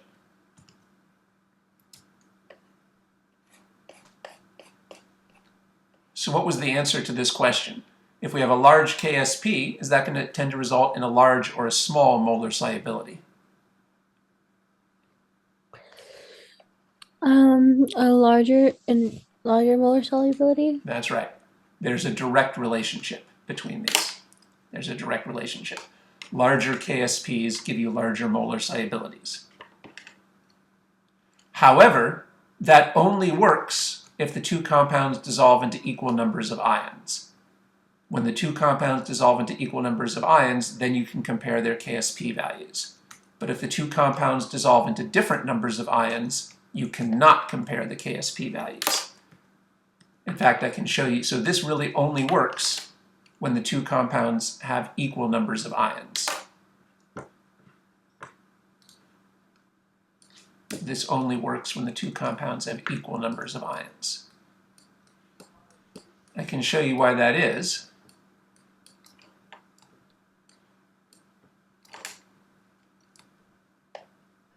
So notice here, there's clearly a relationship between S and the KSP. You can see here that there's a clear relationship between S and the KSP. But now, so think about this example. You can see here again there's a relationship between the S and the KSP. This number on the right is the KSP and here's the S. You can see there's a relationship, but would you agree it's a different relationship because of this 2 and this square? Here there is still a relationship between the KSP and the S, but it would be a different relationship because there's a 2 here and a square. That's different from the other problem. Okay, well anyway, the reason why those are different is that this compound dissolves into 3 ions. This compound dissolves into 3 ions. That gives us one type of relationship in the problem. But this compound dissolves into 2 ions, and that gives us a different mathematical relationship. Well, I hope that gives you a little intuition for why you can compare the KSPs when the compounds dissolve into equal numbers of ions, but you can't compare the KSPs if they dissolve into different numbers of ions.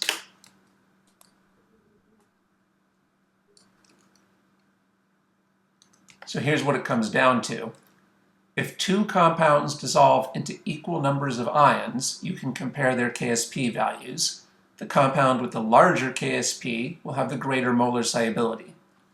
If two compounds dissolve into different numbers of ions, then you cannot compare their KSP values. So let's see how we can use that to solve a problem. Okay, so here's a question. We're going to work on this question together. We want to start by identifying the question. So what is this question asking us for?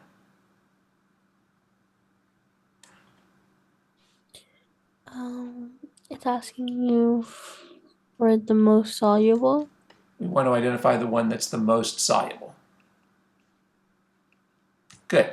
So we'll go through that together. First of all, we have to figure out the number of ions that they dissolve into. So how many ions would this dissolve into? That would be 3 ions.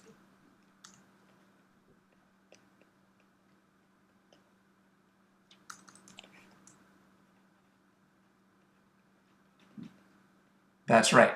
This will dissolve into 3 ions. That's good that you took your time and thought about that. How many ions would this compound dissolve into? 2 ions.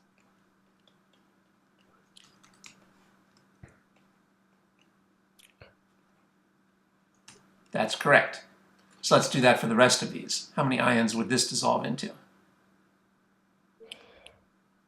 3 ions. How many ions would this dissolve into? 3 ions.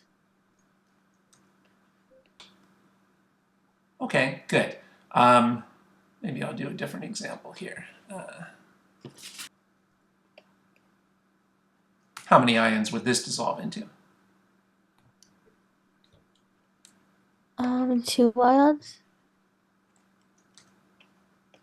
All right, so I changed the example a little bit. Okay, so we've split this up into 2 ions and 3 ions. Now let's identify the KSPs. What's the KSP for this compound? 3.07 times 10 to the negative 11. All right, let's do all the other compounds. What's the KSP for this compound? 8.51 times 10 to the negative 17. Okay, so let's do the KSPs over here. What's the KSP for this compound? 2.0 times 10 to the negative 13.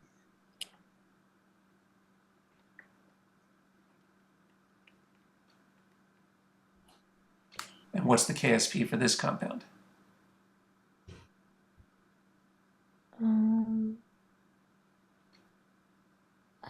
Oh, maybe it's not in there? Did I mess up that one?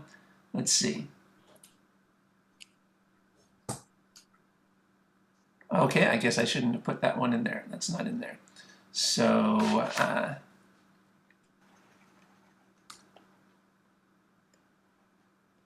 I guess we'll do this one instead. How many ions? How many ions does this dissolve into? 1.17 times 10 to the negative 5.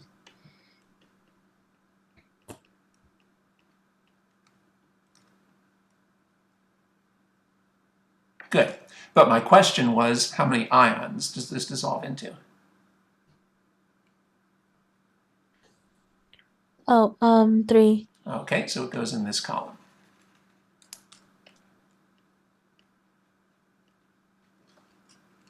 Okay. So let's compare these two. Which of these two compounds is more soluble? FeCO3. That's correct. This is more soluble. How can you tell it's more soluble? Because it has the greater KSP. Good. But wait, is that legal? Is it legal to compare the KSPs? Well, yes, it is. It's okay to compare the KSPs if the two compounds dissolve into equal numbers of ions. Since these two dissolve into equal numbers of ions, they know we can compare the KSPs. The one with the larger KSP will be more soluble. So this is more soluble. So which of these two compounds is more soluble? PbCl2. That's right. How can you tell? It has a larger KSP compared to MgOH2. And why is it okay to compare these two? Because they both dissolve into 3 ions. If they dissolve into equal numbers of ions, then the one with the larger KSP will have the greater molar solubility. Is it legal to compare these two KSPs? Can we compare these two KSPs? Is that legal? No. That's not legal. Why not? Because they have different numbers of ions. They dissolve into different numbers of ions. So if we can't compare these, how are we going to figure out who's more soluble? How can we figure out which of these is more soluble? You can't just compare the KSPs. So there's no choice. We have to figure out their molar solubilities. The only way to tell for sure which is more soluble is to figure out their molar solubilities. So let's do that for each of these. So let's try this one first. So that's going to be a little bit of work, isn't it? How would you figure out the molar solubility? How would you figure out the molar solubility for this compound?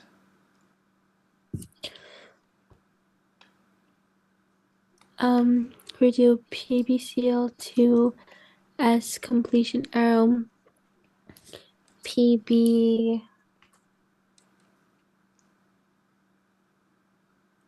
plus aqueous plus Cl, 2Cl minus. Aqueous. And then we can do an ICE table. S equals 0.0143 molars. Very good. That was great.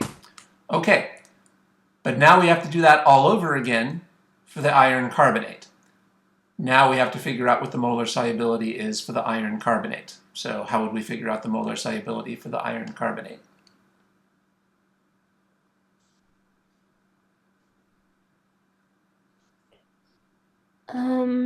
We do FeCO3 solid, completion arrow.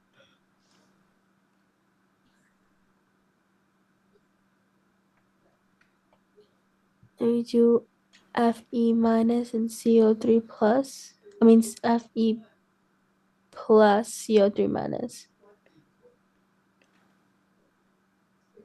And they're both aqueous.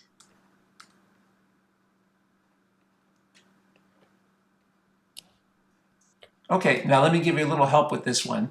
This is a case where it's a little hard to figure out the charges. Can you find this compound in the table? Yes. What's the name? What's the name of this compound in the table? Iron carbonate. Now, if you read the whole name, I think it says iron Roman numeral 2 carbonate.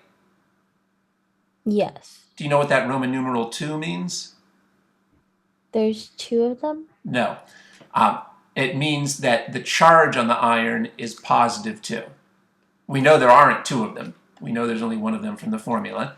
The Roman numeral tells you the charge. The Roman numeral tells you the charge. This is something we hadn't talked about. I think you probably saw this in the first semester, but we haven't reviewed this for a while. So you cannot figure out the charge on iron from the periodic table, but you can figure it out from the table. The table tells you that the iron has a charge of positive 2. So then what would be the charge on the carbonate? 2 minus. In order to balance. Okay, so this is something we hadn't talked about before, but we can figure out the correct charges here from the information in the table. In the first semester of your general chemistry class, you should have learned how to interpret these types of Roman numerals in the name of an ionic compound or the name of an ion. You should know that in this context, Roman numerals refer to positive charges. Roman numeral 1 would mean a positive 1 charge. Roman numeral 2 would mean a positive 2 charge. Roman numeral 3 would mean a positive 3 charge, etc. So if we look at our KSP table and we find iron carbonate in the KSP table, we can find this name. So this Roman numeral 2 tells us that in this compound, the iron has a positive 2 charge. Notice that this Roman numeral does not tell you how many iron ions are in each unit of the compound. Instead, the Roman numeral refers to the charge on each ion. Roman numerals refer to positive charges. Okay, so now we can continue. Then we can make an ICH table. 5.54 times 10 to negative 6 molars.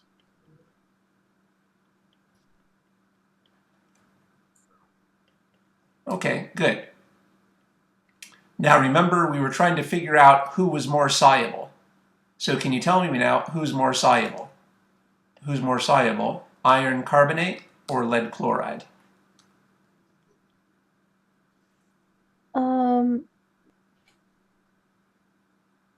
I said that the PbCl2 has a greater molar solubility. Okay. So yeah. You said this one has the greater molar solubility. Yes. Okay, because it has the greater, it has the greater molar solubility. Okay, good. So we compare this number and this number.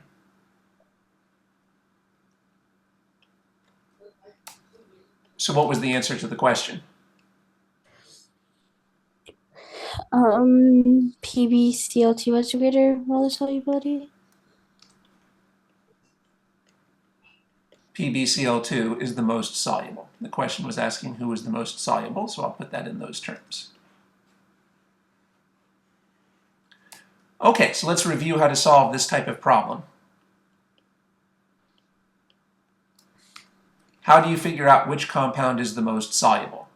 How do you figure out which compound is the most soluble? Well, first of all, you have to split them into different categories based on how many ions they dissolve into. So first of all, you have to make one category for everything split them into different categories for how many ions they dissolve into. Then you write down all their KSPs. So I encourage you to use this type of notation. Now, as long as they dissolve into equal numbers of ions, you can compare the KSPs. So for example, in this category, we knew that the iron carbonate was more soluble than the silver iodide because the lead iron carbonate had the greater KSP. And in this category, we knew that the lead chloride was more soluble than the magnesium hydroxide because the lead chloride had the greater KSP. But you cannot compare the KSPs between these two compounds because they dissolve into different numbers of ions. You cannot compare these two KSPs. Instead, the only way you can compare them is by figuring out their molar solubilities. And that takes quite a bit of work. So you can see you have to do some work to figure out the molar solubility for each compound, and then you can decide which of those is the most soluble. So that's the method for solving this type of problem. So this is a little time consuming, but at least the good news is that we did not have to figure out the molar solubility for the lead iodide. The lead iodide will obviously have a lower molar solubility than the iron carbonate. And we do not have to figure out the molar solubility for the magnesium hydroxide, because the magnesium hydroxide will obviously have a lower molar solubility than the lead chloride. But we do have to figure out the molar solubility for this compound and for this compound because they have different numbers of ions. So we cannot compare their KSPs directly. So take me through, how would you attack this question?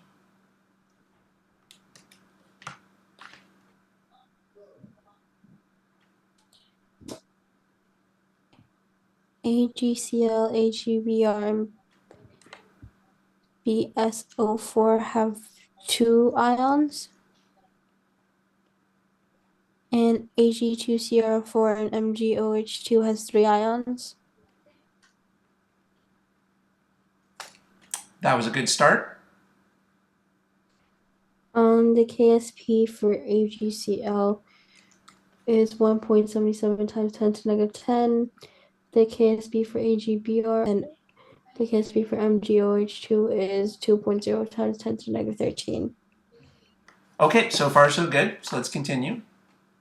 BSO4 has the greatest KSP for the 2 ions, so that would have the greatest solubility. And Ag2CR4 has the greatest KSP, which means it has the greatest solubility. Okay, so going back to this column, is this the ion you picked from this column? Yes. Okay, and why did you pick this ion? Because it has the greatest KSP. Let's see, does it? What was its KSP? 1.07 times 10 to negative 10. Good, and how does that compare to the silver chloride? Oh, it does. Oh, so AgCl has the greatest. Okay, all right. You can see that would really mess you up on this problem, though, wouldn't it? So let's see, what went wrong there is, do you know, was there any particular reason why you thought this had the bigger KSP? I just forgot. I was looking at like, oh, if it has the least, it's the most, but I got confused a little bit. And so you said if it has the least, it's the most. That doesn't sound like the right way to think about it. That doesn't sound like the right way to think about it. So yeah, so basically it's just whichever number is bigger will be the larger in this case. So for example, notice that the exponents are the same. Since the exponents are the same, we have to compare the coefficients. Whoever has the bigger coefficient will be bigger. So the important thing to realize is this a negative number? Is this a negative number? Is this a negative number or a positive number? A positive number? That's right. Maybe that's why you thought that this was bigger. So you know, -4 is smaller than -1, but 4 is bigger than 1.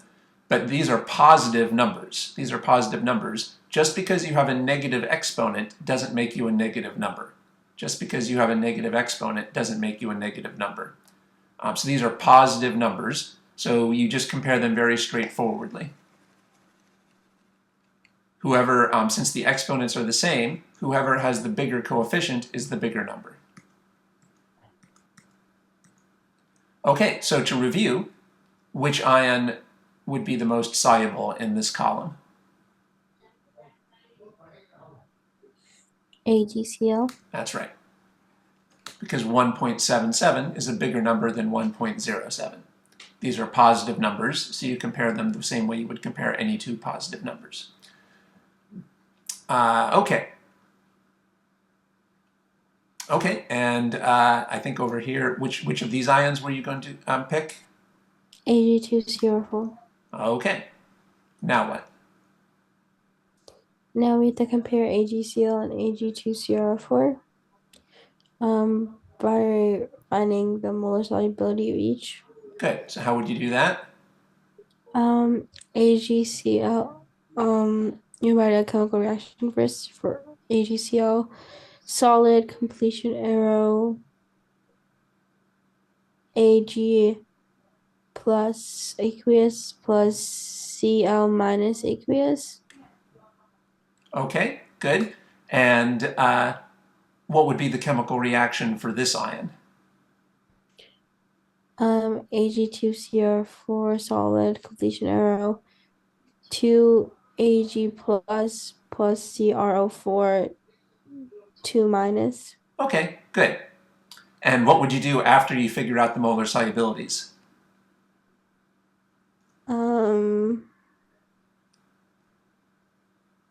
When you figure out the molar solubilities, you would compare the two, and which one is bigger would be the most soluble. Okay, that's right. Okay, so to save time, I'm not going to go through the whole rest of the solution with you here because we just did that on the previous problem. right? On the previous question, we just reviewed how to figure out the molar solubilities. I think you're getting the basic idea for that, so I don't want to waste your time in the session on that. All right, so you should definitely finish this problem on your own. In fact, I'll send you this as homework. I'll send you this as homework to finish on your own. This is a pretty popular type of question on the sample exams. You're pretty sure to see a question like this. So like I said, I'll keep sending you these as homework so that you can practice. You can see you need to practice to avoid making careless mistakes when you're working on these types of questions. Okay, good. So when you're doing these, I would certainly recommend using this type of notation like I've written down here. Just write down a table where you classify the two compounds into the ones that have 2 ions and the ones that have 3 ions. And then carefully write down their KSPs so that you can carefully make a note of which of them you're focusing on in each column. Well, here's the complete solution for this problem. I hope you tried this problem on your own, and if you did, you should double check to make sure that your analysis for the silver chromate resulted in an equation of this form. This coefficient is twice as big as this coefficient, so we know that this change should be twice as big as this change in absolute value. That's the reason that we end up with this 2 in our mathematical equation. On the other hand, this coefficient is the same as this coefficient, and that's the reason that this change is the same as this change in absolute value. Also, because this coefficient is a 2, we know that this exponent should be a 2. By the way, I encourage you to try to get into the habit of beginning each problem by writing down a symbol for what the question is asking you for. Now, this question is asking us for the most soluble compound. That really means they're asking us for the compound with the greatest molar solubility, and the symbol for molar solubility is S. Now, the question is not asking us directly for S. Instead, the question is asking us which choice has the largest S. So, for this problem, I would write down a combination of words and this symbol to indicate what the question is asking us for.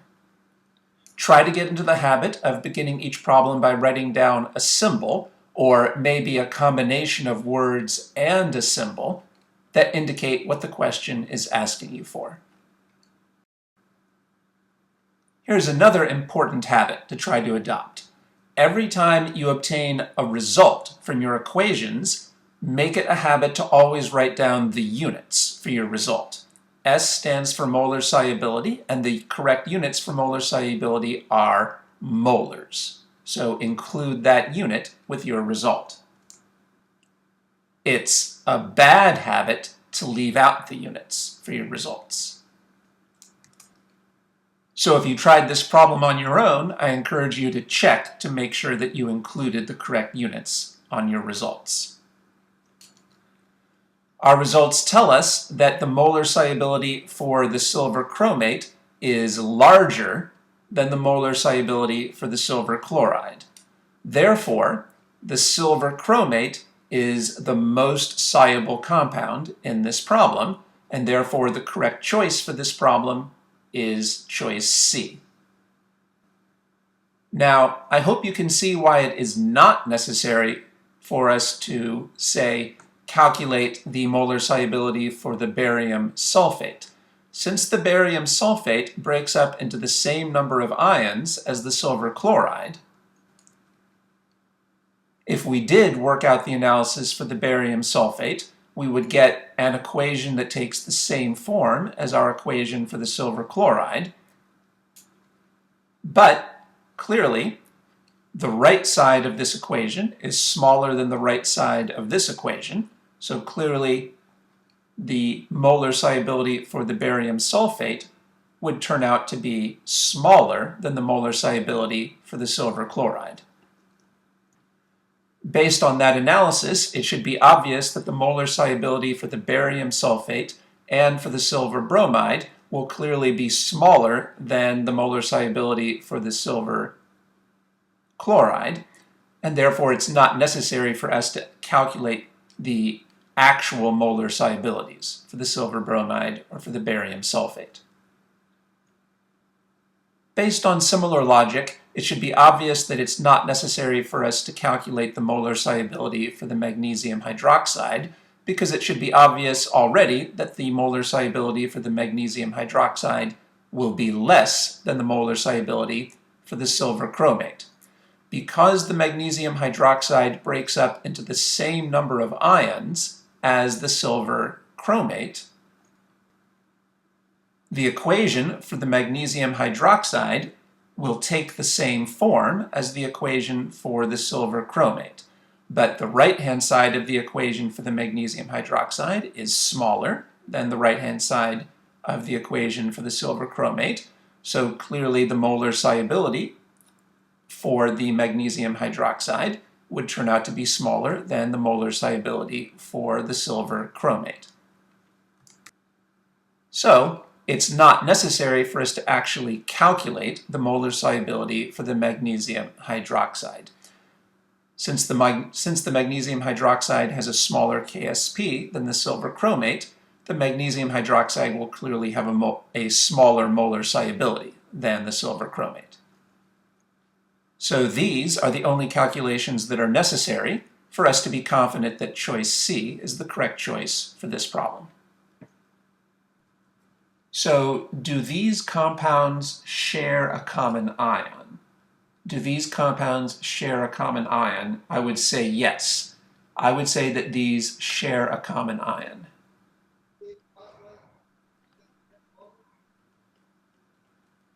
Who is the common ion that they share? I would say the common ion is chloride, because both of these produce chloride. So I would say that these two compounds share a common ion. The common ion they share is chloride.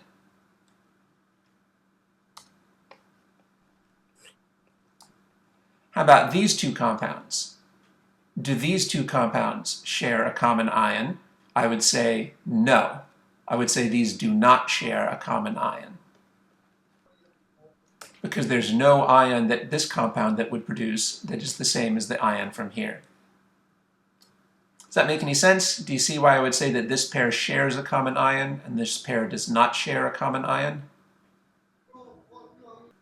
Yes. Okay. So now, your turn. How would you answer this question? Would you say that these two compounds do or do not share a common ion? They do share common ion. It would be Ca. Good. To be more specific, it would be Ca2+. That's the common ion that they share. Okay, that's a good answer. So how about this example? Do these two compounds share a common ion?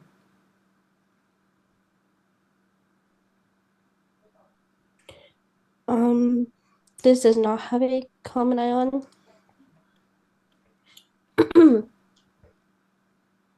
Good. Okay, that's correct. So now we're going to discuss the common ion effect.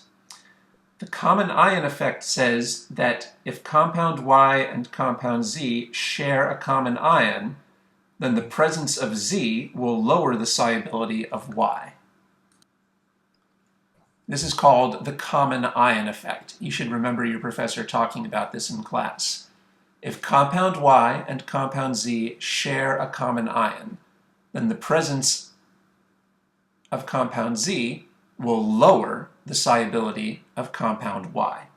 This actually should be very intuitive once we look at examples. Once we look at examples, this should be intuitive. Okay. So what happens to the solubility of calcium fluoride if we add sodium fluoride? What happens to the solubility of calcium fluoride if we add sodium fluoride? Well, first, can you tell me, do these two compounds share a common ion? Yes. They do. So we can use the common ion effect. The presence of one will lower the solubility of the other. So the presence of this compound will lower the solubility of this compound. So the answer is that the presence of the sodium fluoride will lower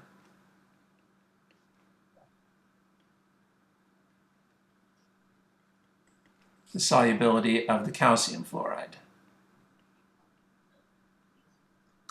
That's the common ion effect.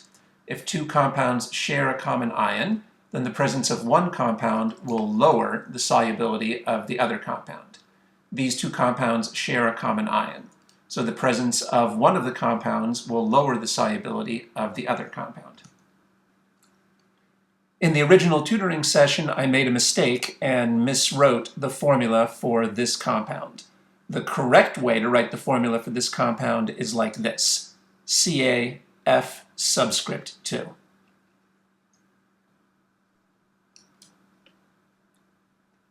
Now let's try this example.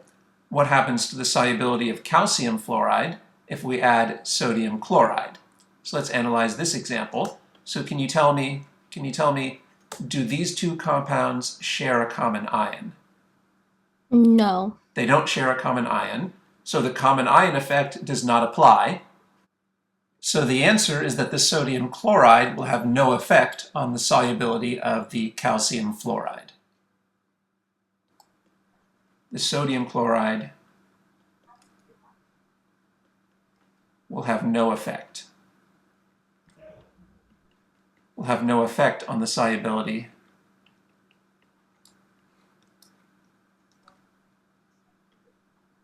of the calcium fluoride.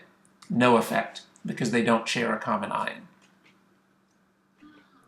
Now, I hope this makes good sense to you. So let's review this a little bit. So do you remember we said that there's a limit to how much you can dissolve of things? There's a limit to how much you can dissolve. Why is there a limit? There's a limit because if you try to dissolve too much, the ions will get too crowded. If you try to dissolve too much, the ions will get too crowded. So there's a limit to how much calcium fluoride we can dissolve, because if you try to dissolve too much, the calcium and fluoride ions will get too crowded. So do you see that the common ion effect makes good sense? If we add sodium fluoride, is that going to make the fluorides more or less crowded? When we add sodium fluoride, does that make the fluorides more or less crowded? Less crowded? I don't think that made sense here. So if we add sodium fluoride, what ions is that going to produce?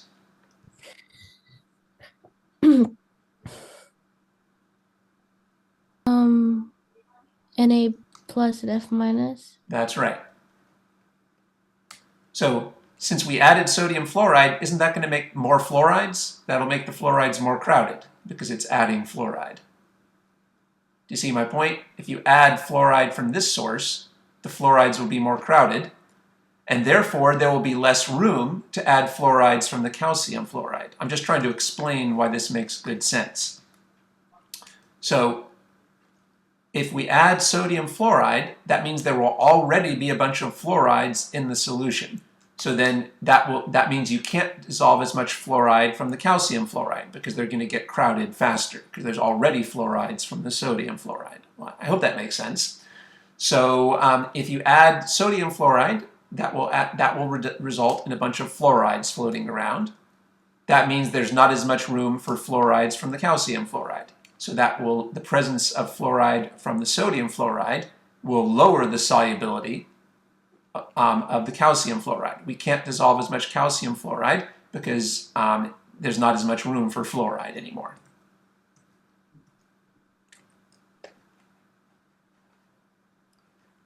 On the other hand, sodium chloride doesn't share any common ions with calcium fluoride, so it doesn't affect the crowding of the ions. The calcium and the fluoride here are not going to be any more crowded than without the sodium chloride because this is not producing any calcium and it's not producing any fluoride, so it doesn't affect how soluble the calcium and the fluoride will be. Well, I hope that made sense, but in any case, that's the common ion effect. When two compounds share a common ion, the presence of the first compound will lower the solubility of the second compound. Okay, here's a problem for you to try. Take a look at this question. How would you answer this question?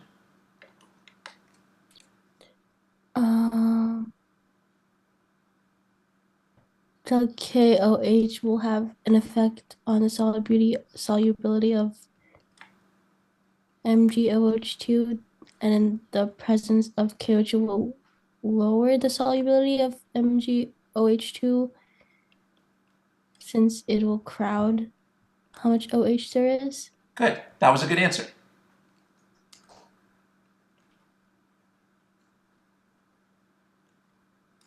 That was a good answer. Good. That was a good analysis. So how would you answer this question?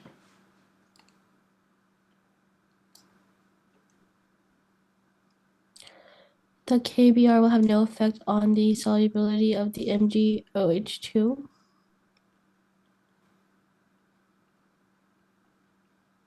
Now, why did you get a different result for this problem than for this problem? Well, do these two compounds share a common ion? No. That's why the common ion effect does not apply in this case. So your analysis was correct. Good. Do these two compounds share a common ion? Yes. That's why the common ion effect applied. Okay, so your answers were good. Your answers were good for those two problems. Give this problem a shot. Tell me what your thoughts are here.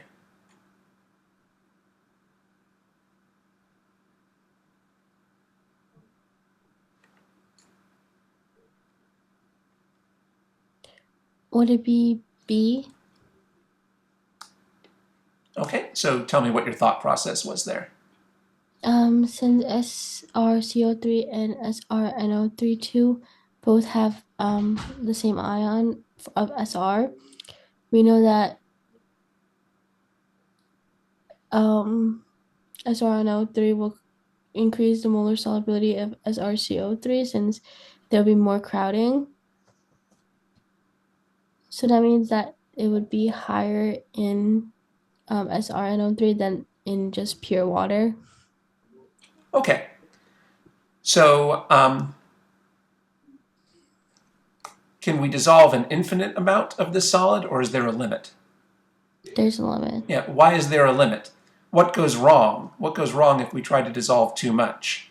Well, if you try to dissolve too much, the ions will get too crowded, right? If you try to dissolve too much, the ions will get too crowded. So what happens when we add this compound? When we add this compound, does that worsen the crowding problem or alleviate the crowding problem? Worsen. So does that mean we're going to be able to dissolve more of this solid than before or less of this solid? Less. Less, yeah. Why less? Because there's more crowding. Okay. So is this compound going to increase the solubility of the first compound or decrease the solubility? Would it be C then? Because it will lower Good. It'll lower what? the molar solubility of SrCO3. Okay, so I guess we were getting a little confused on this problem. You did use the idea of crowding, but I think you got confused about the crowding. So crowding is bad, so to speak. When there's more crowding, you can't dissolve as many ions. When there's more crowding, you can't dissolve as many ions. Remember, this is called the common ion effect. So what does the common ion effect tell us? When you add a common ion, when you add a compound with a common ion, does that increase the molar solubility of the first compound or decrease the molar solubility of the first compound? Decrease? Decrease. I think you were just misremembering and thinking that it was increase.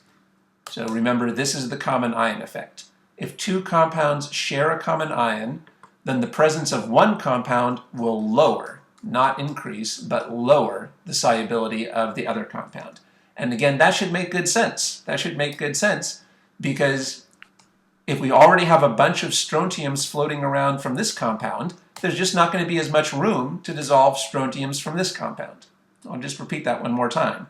If you already have a bunch of strontiums floating around from this compound, there just won't be as much room to dissolve the strontiums from this compound. That should make good sense, but you can also just memorize the common ion effect. The presence of one compound will lower the solubility of the other compound. Okay, so what did we end up with here? I think we got a little confused. What was our final answer for number 20? C. Choice C. That's correct. Okay, so that's an example of the common ion effect. I offer academic tutoring in general chemistry and other subjects. For more information, go to my website. There's a link to my website in the video description box.